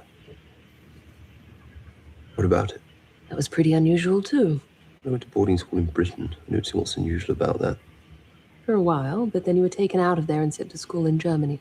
Because my sisters live there. Your Nazi sisters, Christ. one of whom was married to a close personal friend of Hitler's. I was at school in Germany for less than a year before I returned to the United Kingdom. What point are you trying to make here? I think it's pretty clear which side I was on. My record in the war speaks for itself. I'm simply saying that your background is so much more interesting and complex than people might imagine. Do they imagine anything? I think people are curious. There is this striking, handsome man walking beside the most famous woman in the world. Who is he? Well, I hate to disappoint. But he really is just a normal man in what from the outside probably looks like rather a strange life, but from the inside really is no different to anyone else's. I don't think there's anything about you that's like anyone else. From a young age, you were effectively orphaned. Your favorite sister, Cecile, also a Nazi, died in a plane crash. Yeah, I really think we should move on What now. kind of impact does that have on a man? That's the kind of trauma that will doubtless have a bearing on how your own children and the future King of England are brought up. It's enough. I think people have a right to know about their leaders, don't you? Especially ones that can't be thrown out with free and fair elections. Just don't ever let my vanity get the better of me again.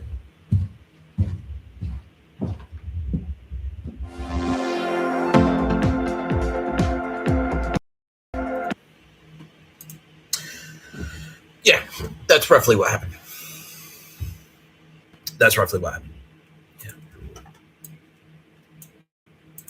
Yeah. Because Prince Phillip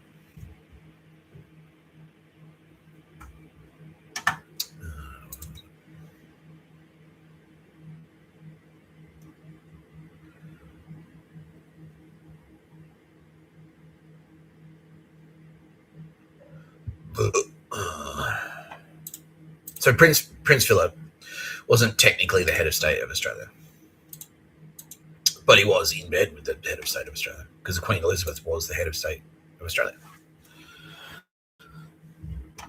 Where did we see it? We just saw it.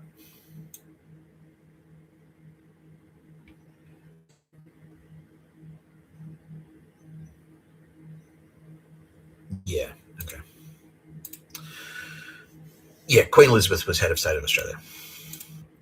But Elizabeth was a lady. And Now, I'm not saying that women can't be fearsome warriors, because obviously turbo babes are extraordinarily fearsome warriors. We've got Amelia Grace Crawford. We've got Nina Shrefgon, boss of the Valkyrie. Valkyrie is exclusively turbo babes, goddesses. How are we doing with that, by the way, Nina? A lot of tears, but fuck them. Yeah. Look, no one's stopping you from forming your own fucking, I guess the police are. Just don't do anything criminal. Why can't you just join the police? If you're that desperate to like be in a militia, join the army, join the military. Fucking hell. Why do you need to be in the Valkyrie? Yeah. Anyway. Yeah. So in 1960,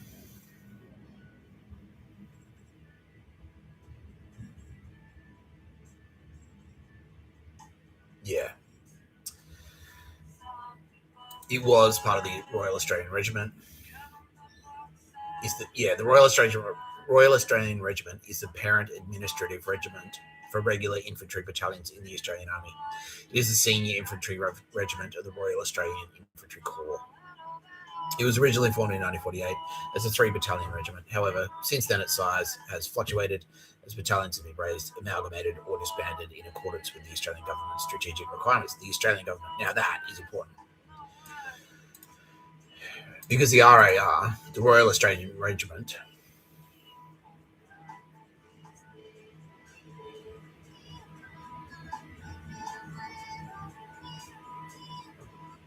reports to the Governor General of Australia, and is responsible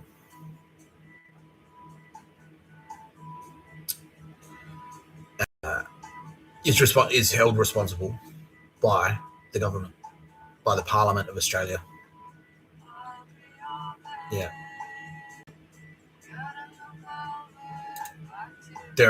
Ideally, the way it's supposed to work is that the RAR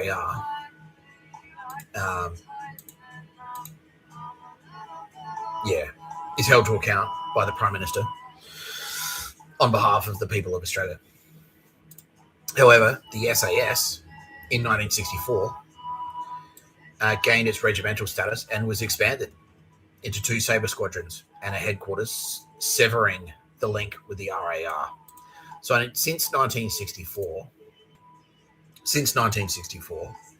the SAS has basically reported directly to the Crown. Who do they report to?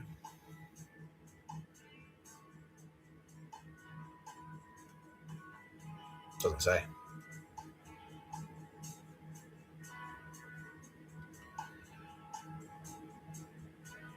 Yeah, it doesn't say.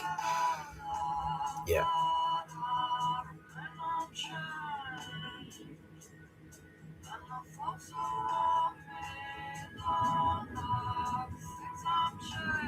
Yeah.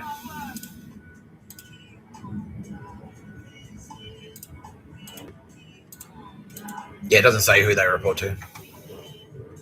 Whereas the RAR that we just looked at reports to Sam Mostyn, the Governor General of Australia. The SAS doesn't report to anyone. They've just got commanders. Yeah. And then, right there, commanders. Who's commanding it now? It doesn't say. Yeah. So who are they responsible to? Yeah.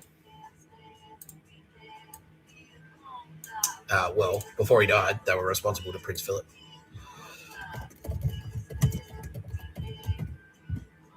Because Prince Phillip was the head of state. He wasn't just the head of state of. He's not just the head of state of Australia. Obviously, he's the head of state of fucking England as well. Or he may as well be. He's not technically officially, but the Queen was just doing her girl stuff. She had her horses. She had her hunting. But Prince Phillip, he was the man's man. Yeah. Prince Phillip was the man's man.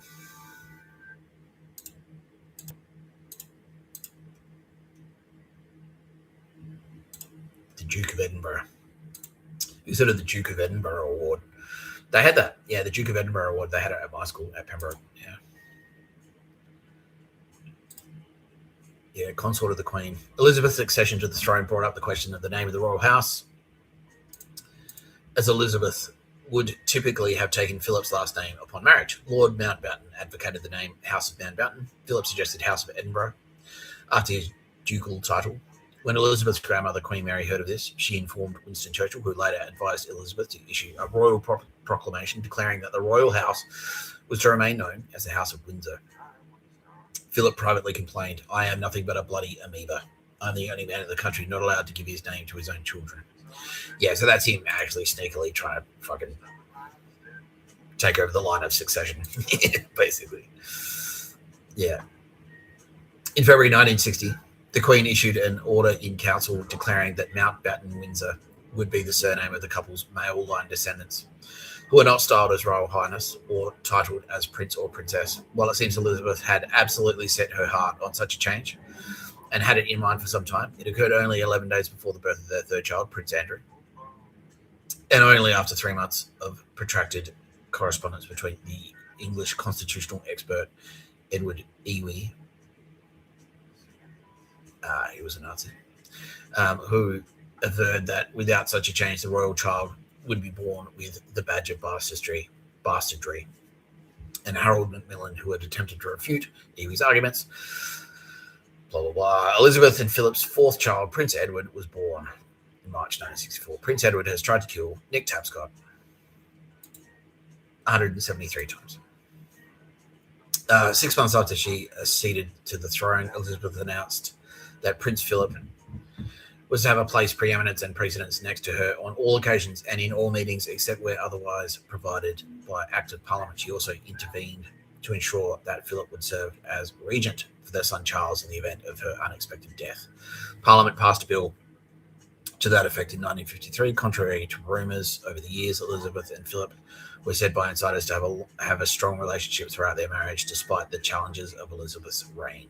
Elizabeth referred to Philip in a speech on the occasion of her Diamond Jubilee in 2012 as her constant strength and guide. Philip received a parliamentary annuity of £359,000 in 1990 to meet official expenses in carrying out public duties. The annuity was unaffected by the reform of royal finances under the Sovereign Grant Act 2011. Any part of that allowance was not used to meet official expenditure was liable for tax. In practice, the entire allowance was used to fund his duties. Now, I need to go to the bathroom. So I'm going to put on a short video.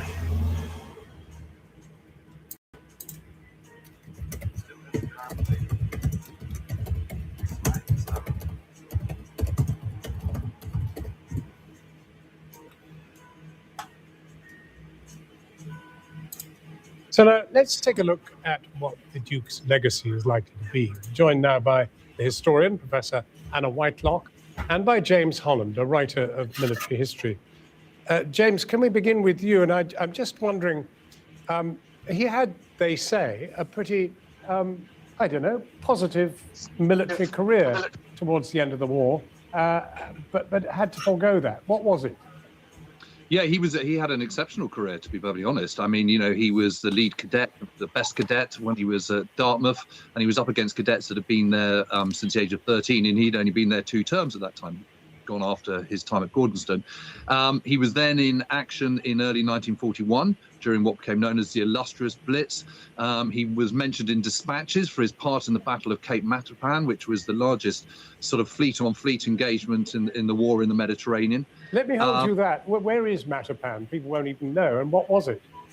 Yeah, so this was in the central Mediterranean, and it was a major engagement between the Mediterranean fleet under Admiral Cunningham against the Italian fleet, and the Italian fleet was the most modern part of the Italian armed forces, and it was a significant battle. I mean, the Royal Navy absolutely slaughtered the Italians, to put it frankly. And he was mentioned in dispatches that he was on HMS Valiant, which was a battleship, and he was commanding the searchlights, which was to illuminate enemy ships and also to help pick up survivors and so on. Well, Anna Whitelock, undoubtedly this must have been part of the attraction that the Queen found a rather stolid character there who clearly had some sort of experience. But I'm just wondering, his primary duty may have been to the Queen, but how did he manage to actually sort out a role for himself?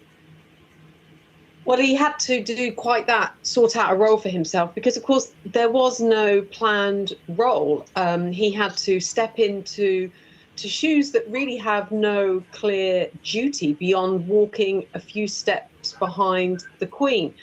And there's no doubt that he struggled initially. He'd been a man of great purpose in the Navy, and now he was essentially, running the house, looking after their young children when, of course, the Queen stepped up to the throne on the unexpected death of her father. But there's no doubt that whilst the Queen is, of course, head of the firm, the monarchy, Philip was head of the family. He was the patriarch. And I think, therefore, the loss will be very much to the family and the kind of influence that he had, together, of course, with the support that he offered the Queen in those countless engagements, both in the UK and around the world. He was always there, and they were a very good double act. He was very funny. He gave time and attention to people. He made people feel good. He had a lot of energy, and he made the Queen laugh. And they really worked well together. And we're now, of course, moving into a very different era now of this long Elizabethan reign. The Queen and Yeah, so the point I'm trying to get at is Queen Elizabeth didn't really give a shit. Prince Philip was a man's man. Who was a bit of an action dude. He was very ambitious. He was very old school. He was very, very, very egotistical.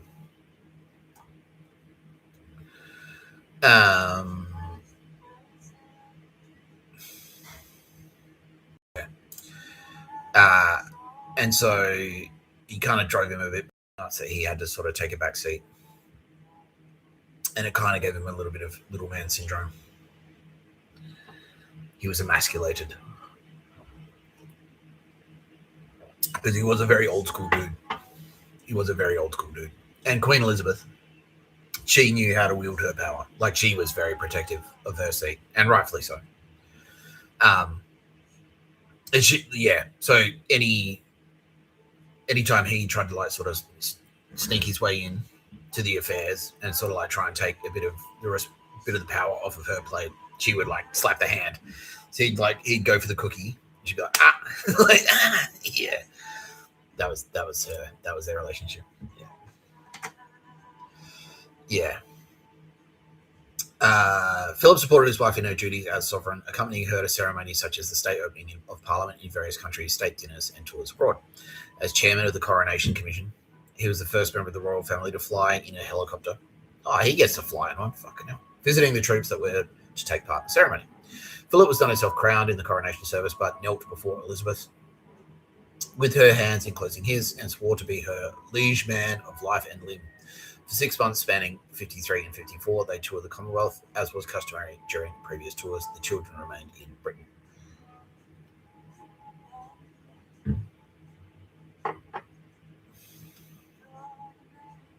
In 56, Philip and Kurt Hahn founded the Duke of Edinburgh Award. It's a youth awards program founded in the UK in 1956 by Prince Phillip, Duke of Edinburgh, which has since expanded to 144 nations. To give young people a sense of responsibility to themselves and their communities. In the same year, he also established the Commonwealth Study Conferences. From 1956 to 57, he travelled around the world aboard the newly commissioned, so he's got his yacht, during which he opened, the HMY Britannia, during which he opened the 1956 Summer Olympics in Melbourne. So he's doing his territorial tour. His territory's mine. He's peeing on all the fucking he's running around pissing on all the fucking fire hydrants and shit. All around the place. Just like a dog. Fucking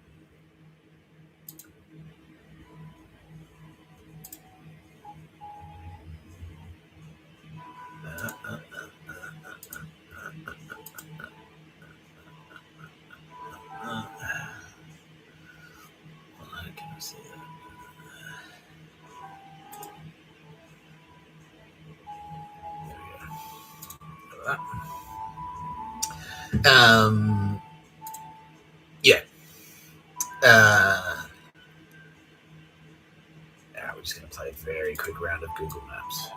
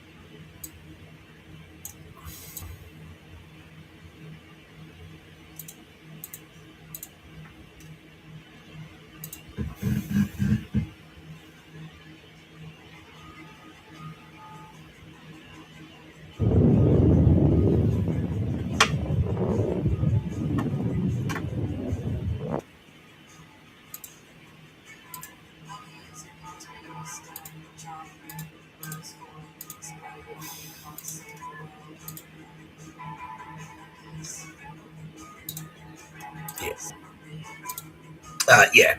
So he's cutting his laps, pissing on stuff. That's what he's doing. Yeah, claiming his territory.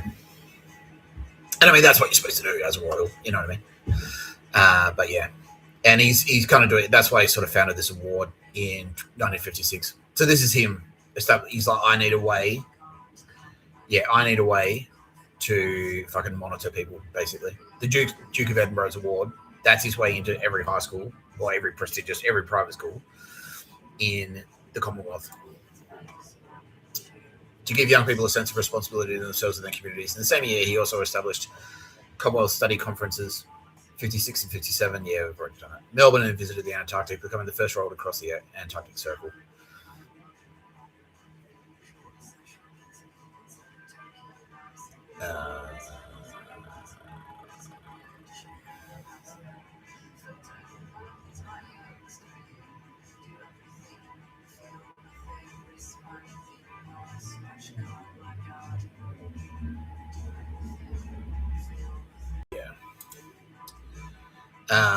Charities and patronages. Phillip was a patron of some 800 organisations, particularly focused on the environment. Industry, sport, and education. His first solo engagement as Duke of Edinburgh was in March 1948, presenting prizes at the boxing finals, London Federation Boys Clubs. He definitely was not a pedo. However, he had a very strong investment in the youth. The reason he had this investment in the youth was because he was recruiting. He was looking for goons. He was looking for fucking thugs, basically. Yeah. He was looking for, his private goon squad, pretty much. Yeah. President of National Playing Fields Association. Yeah.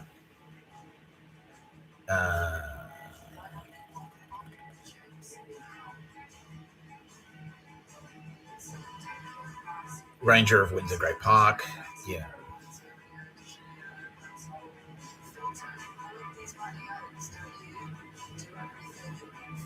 That's a Nazi thing. Disability sports charity. Lord Taverners. A youth cricket and disability sports charity. Yeah, so that's him collecting intelligence on disabled people. Yeah. Between 59 and 65, president of BAFTA. Yeah. That's Nazi. That's how Nazis kind of like leaked in there. Helped the Australian Conservative Foundation in 63, the World Wildlife Fund. Yeah. WWF, World Wildlife Fund, is Nazi. That's a front for the Gestapo and the SS. That's why they're black and white. That's why their logo is black and white. Yeah. Yeah.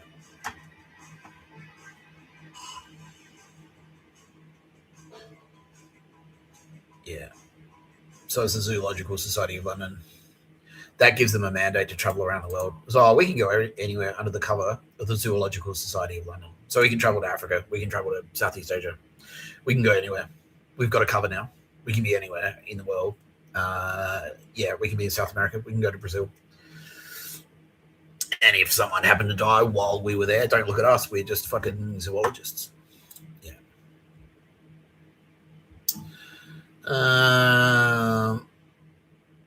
President of the Equestrian Federation, the International Equestrian Federation.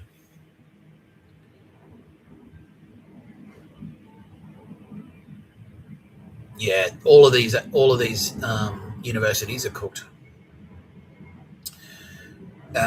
Cambridge had a terrible spy scandal, and that's when it was they were Soviet spies at Cambridge, but effectively they were East German Nazis. Yeah, that's what they were. They were Soviets. They were Soviets in that. They were, yeah, because the East Germany was technically part of the Soviet Union or very adjacent to it. And so it was like, oh, Soviet spies, they were communists. You had communist spies, but they weren't. They were Nazis, yeah, who had rebranded as communists, yeah. Totalitarian spies, basically. Same with Edinburgh, same with Salford, and same with Wales. Wales has a separatist. It's basically, it's like IRA adjacent. They're Irish Catholic Nazis, yeah.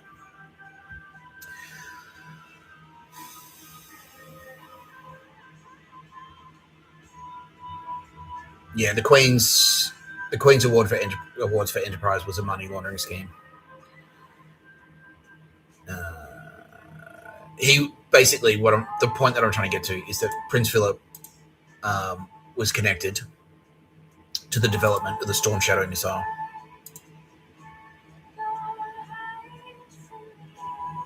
Yeah, the Prince Phillip Designers Prize. Yeah. Prince Phillip Medal to recognise designers and engineers, weapons designers. Yeah.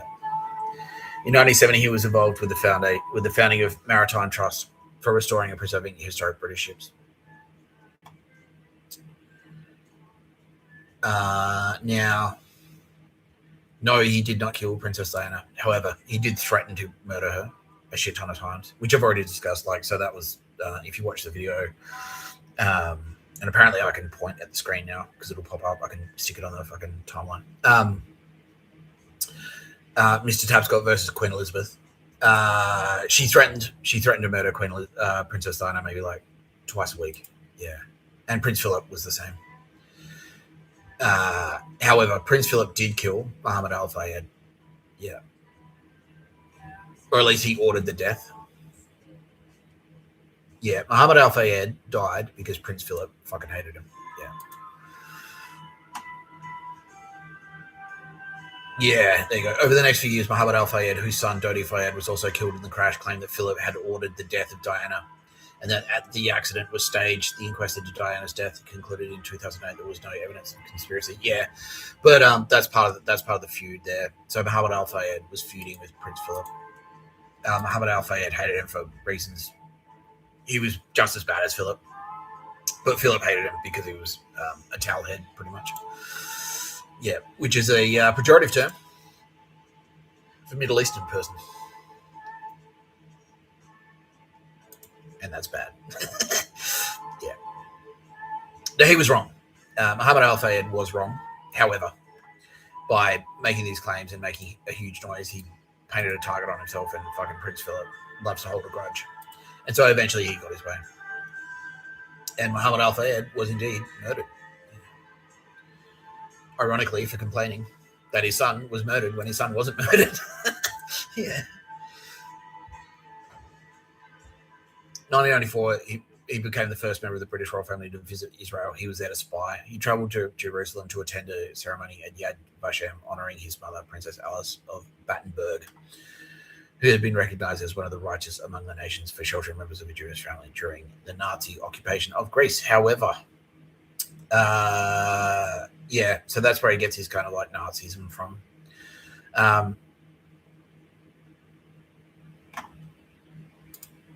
That was a Mossad cover-up. Oh, wait, no. Princess Alice, she wasn't a Nazi, but she was Nazi as fuck. Yeah, she was.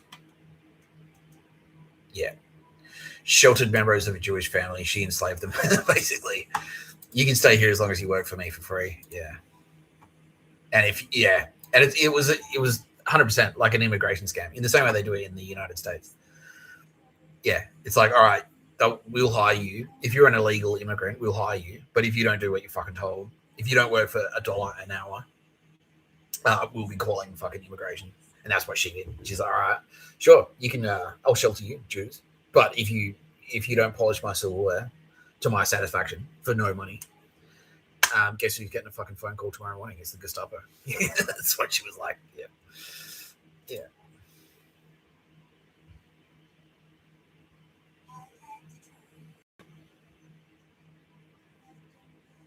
Phillip retired from royal duties in 2017, meeting Royal Marines in his final solo public engagement. Yeah.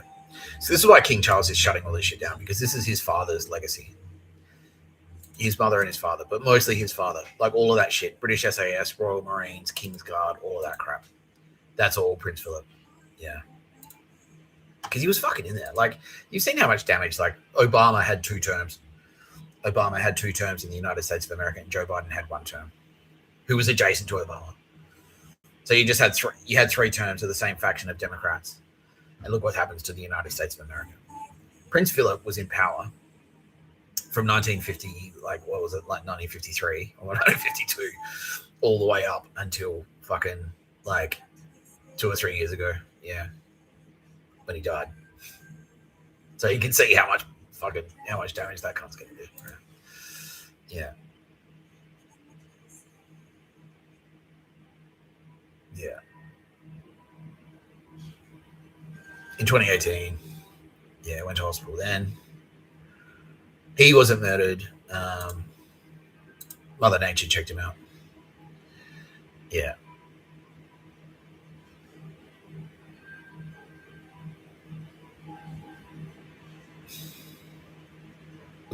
Yeah, he did. He died of old age. Tara Bennett checked him out. Yeah. At 99. Yeah.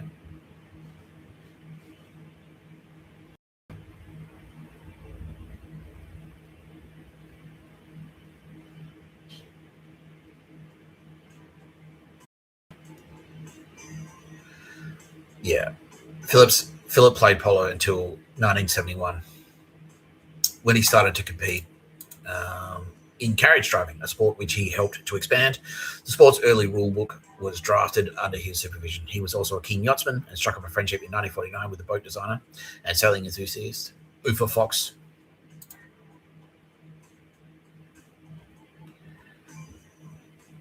Port of the Isle of Wight.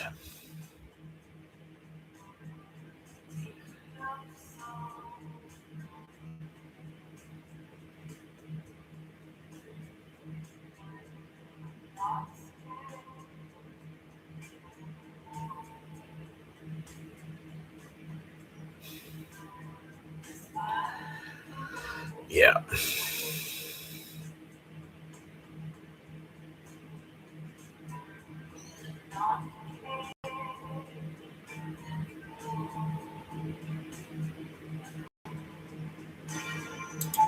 Yeah.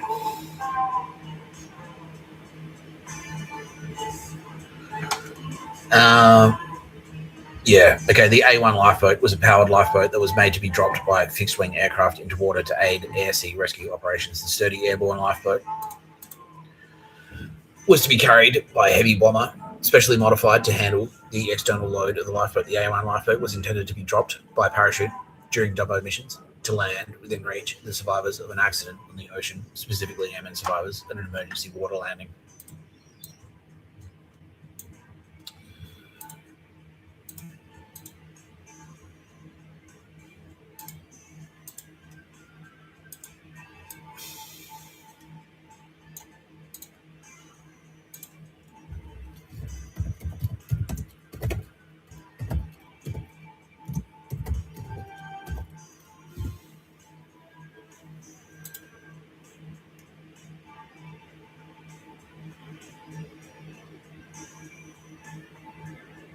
Yeah.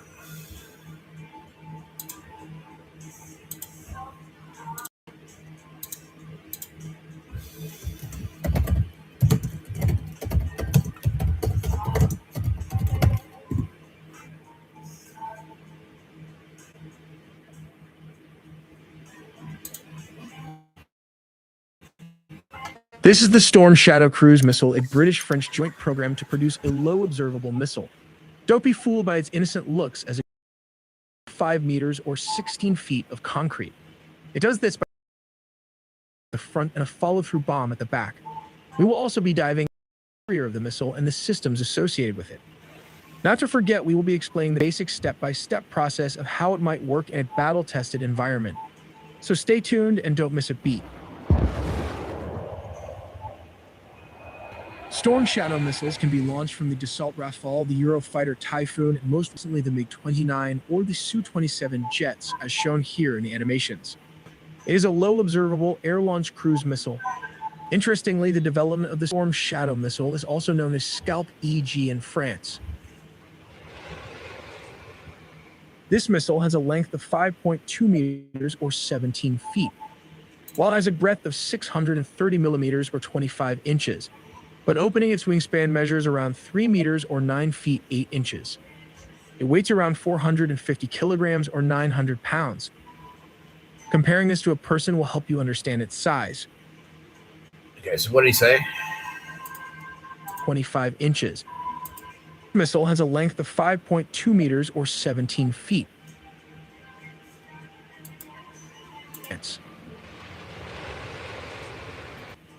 5.2 meters or 17 feet. The A1 lifeboat.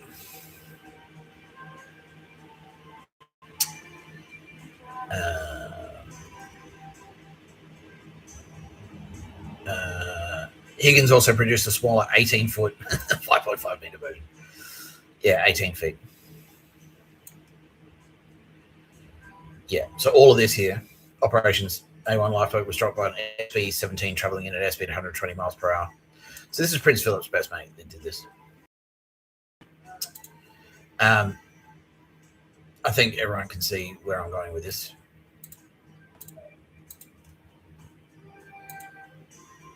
I think everyone can see where I'm going with this.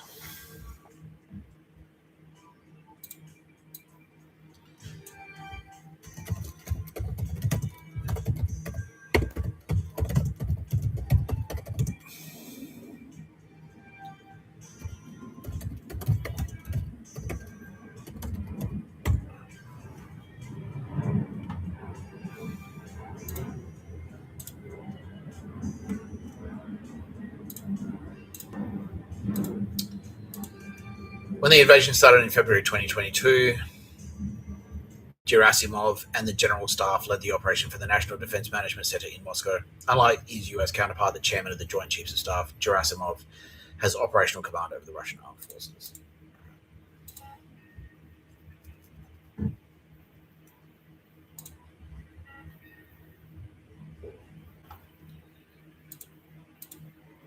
Having graduated from the 4-year school with honors in 1977, he began his service in Poland as a tank platoon commander in the 80th Tank Regiment of the 90th Guards Division, Northern Group Forces. Gerasimov rose to Tank Company Commander and Tank Battalion Chief of Staff before being transferred to 5th Combined Arms Army of the Far Eastern Military District in 1982. He served there as Chief of Staff of a Tank Battalion in 185th Tank Regiment, 29th Motor Rifle Division, and was promoted to command the Tank Battalion on the 231st Motor Rifle Regiment of the 40th Motor Rifle Division.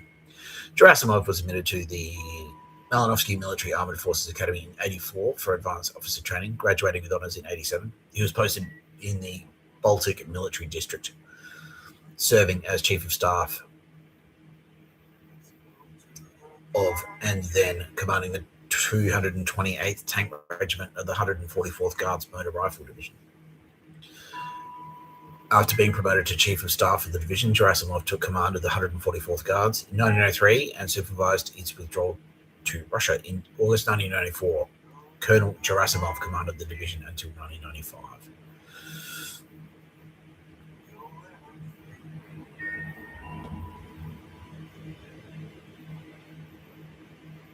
Okay, so he was promoted to Chief of Staff of the Far in March 2003 and was appointed Chief of the Main Combat Training and Service Directorate of the General Staff in April 2005.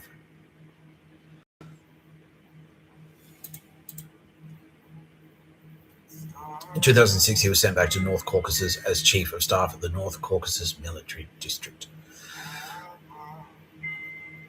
And in December 2006, appointed commander of the Leningrad Military District, a significant promotion. Now, Leningrad is dog shit, or it was dog shit. It's not anymore. During his tenure, Gerasimov significantly reduced crime and desertion within the Leningrad Military District and had a good reputation among human rights activists, who noted that he treated subordinates with respect and was willing to speak with representatives of civil society. He was transferred to command the Moscow Military District, assuming command on 10th of February 2009. He was also known to support the Makarov reforms to the military. In November 2010, he was nominated as Deputy Chief of General Staff, appointed 23rd December 2010. Oleg Salyukov also held that position along with Gerasimov, and they served under the Chief of General Staff, Nikolai Makarov. He commanded the annual Victory Day Parade on Red Square 4 times, 2009 to 2012. In 28th of April 2012, Gerasimov was appointed commander of the Central Military District, one of the new military districts created 2 years earlier as part of his military reform.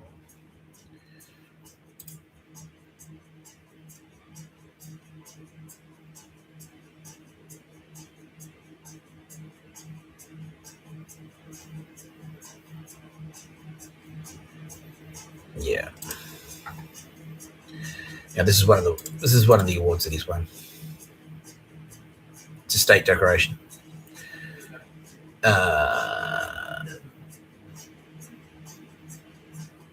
It's a state decoration of the Russian Federation.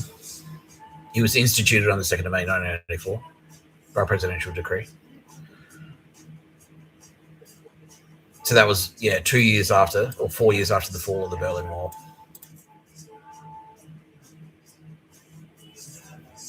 Mixed civilian and military order created in 4 classes. Yeah.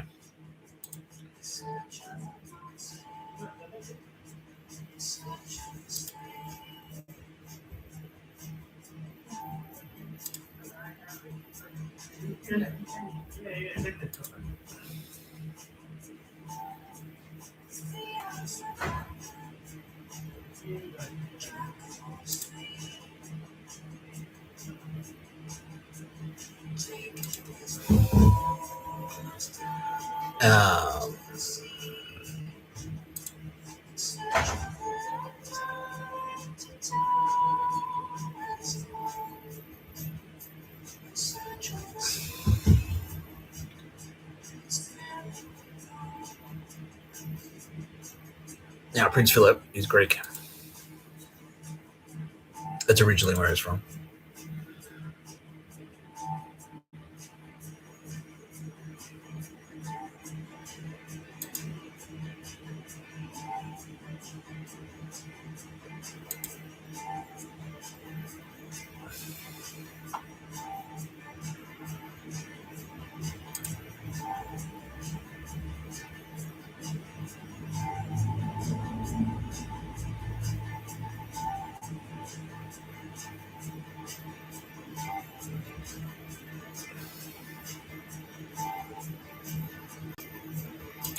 There's some kind of connection to Amelia Grace Crawford here. I think that's where she's from. Yeah, Amelia Grace Crawford knows and hates Prince Phillip.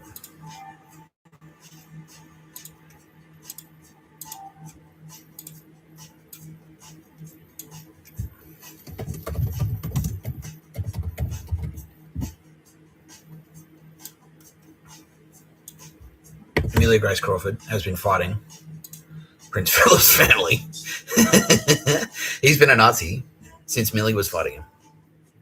The goddess Athena. That's how long she's been fighting this prick. Millennia. Yeah. This prick and his family. Yeah. Now, this is Millie talking to me right now. And what she's trying to get at is that Prince Phillip is a fucking Nazi. And what he did, not only did he fucking basically like he split the SAS in Australia out and in the UK out from the main military forces so they could be his personal goon squad.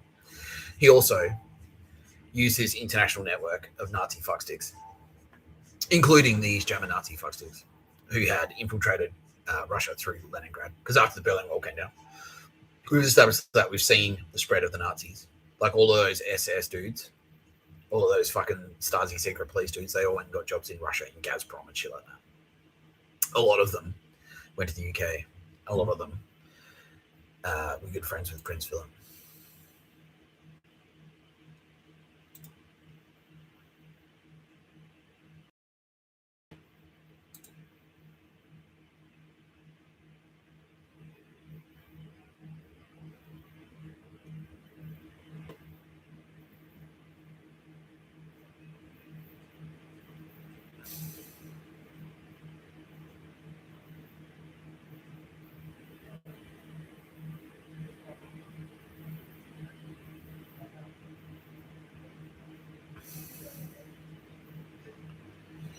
Yeah, if we look at that.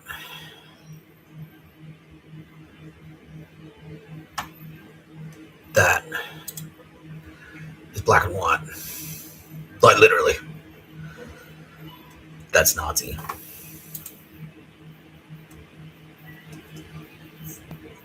Yeah, that's Nazi.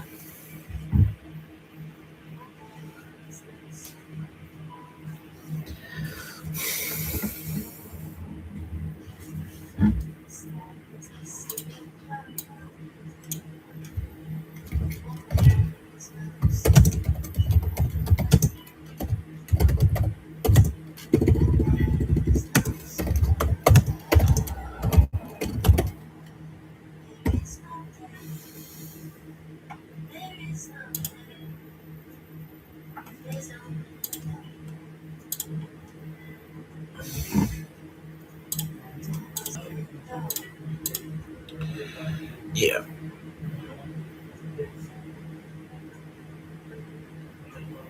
Yeah, he's been around. As a relative, yeah. Prince Philip, Duke of Edinburgh, accompanied Queen Elizabeth II on a historic 4-day state visit to Russia from October 17, 1994, marking the first ever visit by a reigning British monarch. Yeah, because obviously, traditionally, Bolsheviks and royals don't get along, you know. But that was a long time ago. So they're kind of, okay, we can go there. But pretty much, that was Prince Philip saying, we can go there.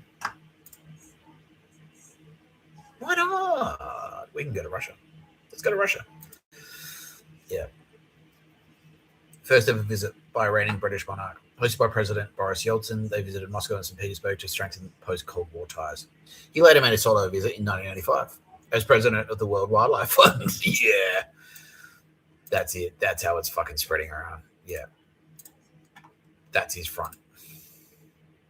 World Wildlife Fund is how he fucking travels around. That's his cover.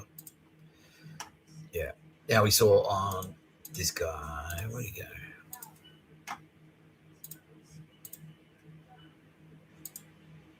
Gerasimov. Yeah.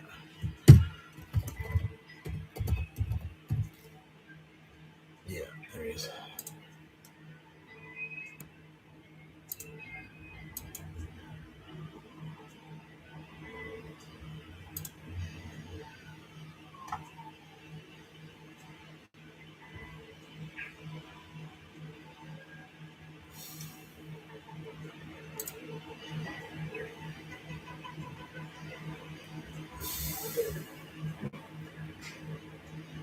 Yeah. Now he was sanctioned. Was sanctioned by the British government in 2014 after Prince Philip had been mates with him. Whatever, they're hung out. Gerasimov was added to the list of persons against whom the European Union introduced sanctions in respect of actions undermining or threatening the territorial integrity, sovereignty, and independence of Ukraine. Yeah, in 2014. So he's had a fucking stick up his ass since then. In 2014, Canada, Liechtenstein, and Switzerland added Gerasimov to the sanctioned list of Russia because of Russian interference in Ukraine and his responsibility for the massive Russian troop deployment next to the Russian-Ukraine border. So this is in 2014. This is years and years ago. And his inability to reduce the tensions with Ukraine, which are associated with these Russian troop deployments. In September 2014, Australia placed Gerasimov on their Ukraine-related sanctions list.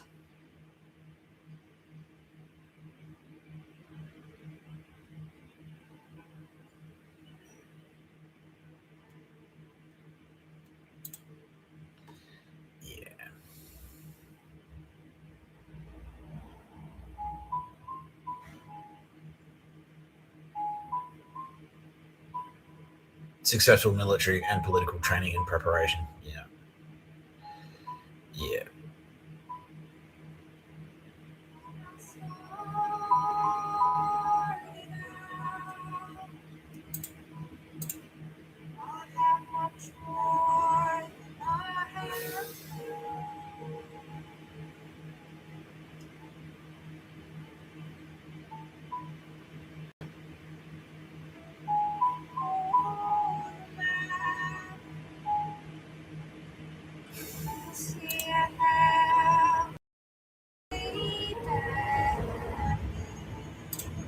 Okay, basically what I'm trying to say is all of these spastics are in bed with each other.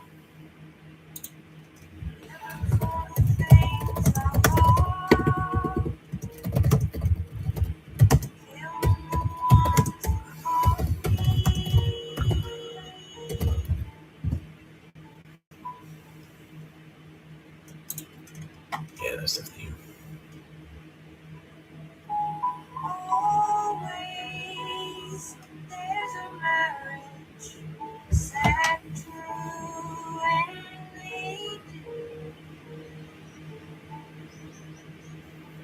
Yeah.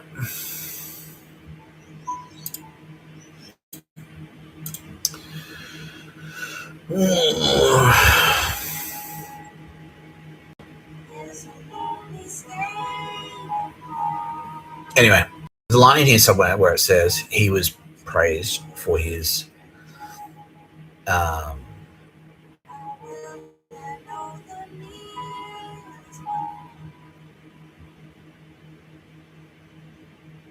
he was praised for his humanitarian efforts. So what that actually is, that's him working with the WWF. That's how they're talking to each other.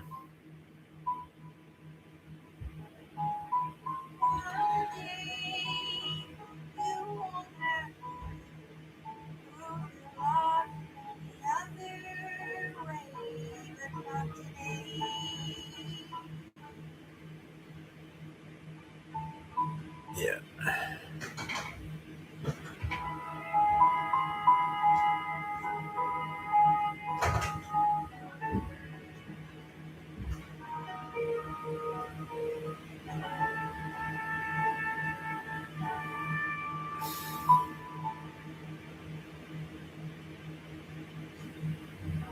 Yeah. Yeah, there's a connection there.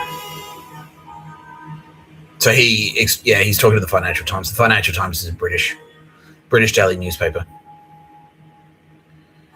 Fossil fuel advertising. Yeah. They're all in bed with each other, basically. Yeah. Yeah. On 26th of February 2013, Gerasimov published an article called The Value of Science is Foresight in the Military Journal, something, on the basis of which Gerasimov was alleged to have conceived the Gerasimov Doctrine, combining military, technological, information, diplomatic, economic, cultural, and other tactics for the purpose of achieving strategic goals. The author of the original... Yeah, so that's basically saying combine everything together. Yeah, so civilians are now in the military. Yeah. And that's our rationale for spying on everyone. And other tactics for the purpose of achieving strategic goals. Yeah, not tactical goals, but strategic goals. Like bringing Ukraine under control. Yeah. The author of the original paper that called it the Gerasimov Doctrine claimed his work was misunderstood and that it was not Russian doctrine, but a Russian perspective of Western foreign policy. Yeah. So he's one of the good guys. Claimed his work was misunderstood and that it was not Russian doctrine, but a Russian perspective of Western foreign policy. Where does he get that Western foreign policy? Fucking Prince Phillip. Yeah, Gerasimov explained his doctrine to the Financial Times. Yeah. So they're in touch. Yeah, they know each other. They're sending each other little fucking sneaky emails and dog shit fan and all this shit. Faggots. Anyway. Look. We've hit fucking hell, 2.5 hours. We've hit the 2.5 hour mark, so I'm just going to say it. Prince Phillip, effectively, Prince Phillip devised and helped to coordinate the invasion of Ukraine. That was him. Partially because he was bored shitless. He's like, they like a good war to warm up the blood. We've got all these storm shadows. Why don't we use them? We haven't had a good enemy in a while.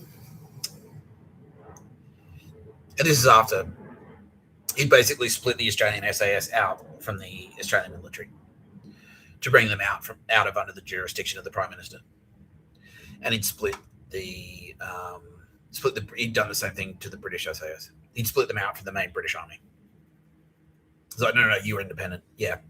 You don't necessarily need to, the Prime Minister can't necessarily tell you what to do. You just deal directly with the head of state. And who's the head of state? Queen Elizabeth. Effectively, Prince Phillip. Don't you worry about this stuff, darling. Let me tell you, this is man's business. You just go and ride your horses. Perhaps you'd feel more comfortable writing another letter to a 100-year-old. This is for the men. This is not your concern. These are boring things. Just leave it with me, darling. I'm just going to go and make a phone call to the Russian Federation.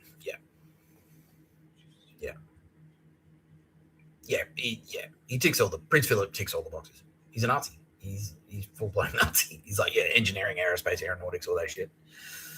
Yeah. Pictures of a bird network, motherfucker. Yeah, and he's got his intelligence networks everywhere. He's got his Duke of Edinburgh Award for the West. He's got his World Wildlife Fund for the East. He can go anywhere with that. He can go anywhere. And anywhere that he doesn't go himself, he's got a network of spies. He's got intelligence everywhere now. Yeah, Kenya. He's all over Kenya. He's all over South Africa, Rhodesia. Yeah. Russia, the EU, the United States of America, Canada. And all of those fucking skull and bones Nazis have their fucking noses so deep up his ass. They can smell the blood sausage he had for yesterday's breakfast. The black pudding. It's up his butt. Because that's what Prince Phillip likes to do. And just while we're talking about British royals, fuck you, Prince Edward. I know you're still alive. And I also know that you're watching this. And I just want you to know, fuck you spastic. You're fucking dead. You're dead. I'm going to fuck you up. I'm going to fuck you up in a very painful way. Well, fuck you. We're going to do a whole episode on you, Prince Edward, because you're the fly under the radar little bitch. But no, you haven't gone unnoticed. Prince Phillip has tried to murder Mr. Tapscott. How many times, Kitty? 385 times or something. Yeah. Prince Phillip has tried to murder Kitty Callahan. Really? 700? Yeah, nearly 800 times. Prince Phillip has tried to murder Tara Bennett over 1,000 times. Because the SAS, yeah. And it's all because of the SAS. The SAS are reporting back to him. Yeah. What, you mean to tell me there are creatives in Australia doing creative things and they're not under your control? This is simply not good enough. We must take action. We must act. Yeah. Fuck you, Prince Phillip. And fuck you, Prince Edward. And by the way, those efforts aren't related to each other. They're not. It's not like Prince Edward wasn't trying to kill Mr. Tapscott and Tara Bennett and Kitty Callahan because Prince Phillip told him to. His dad told him to. No. He just did it independently. He was motivated purely by jealousy. This fucking spastic faggot. I'm gonna fuck you up, bitch. I'm gonna fuck you up.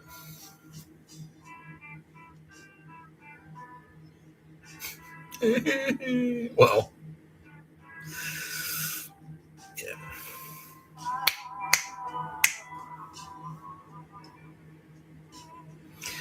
You've been watching No Pictures of the Birdo podcast by Mr. Tapscott. I'm Mr. Tapscott, a god emperor who's richer than you.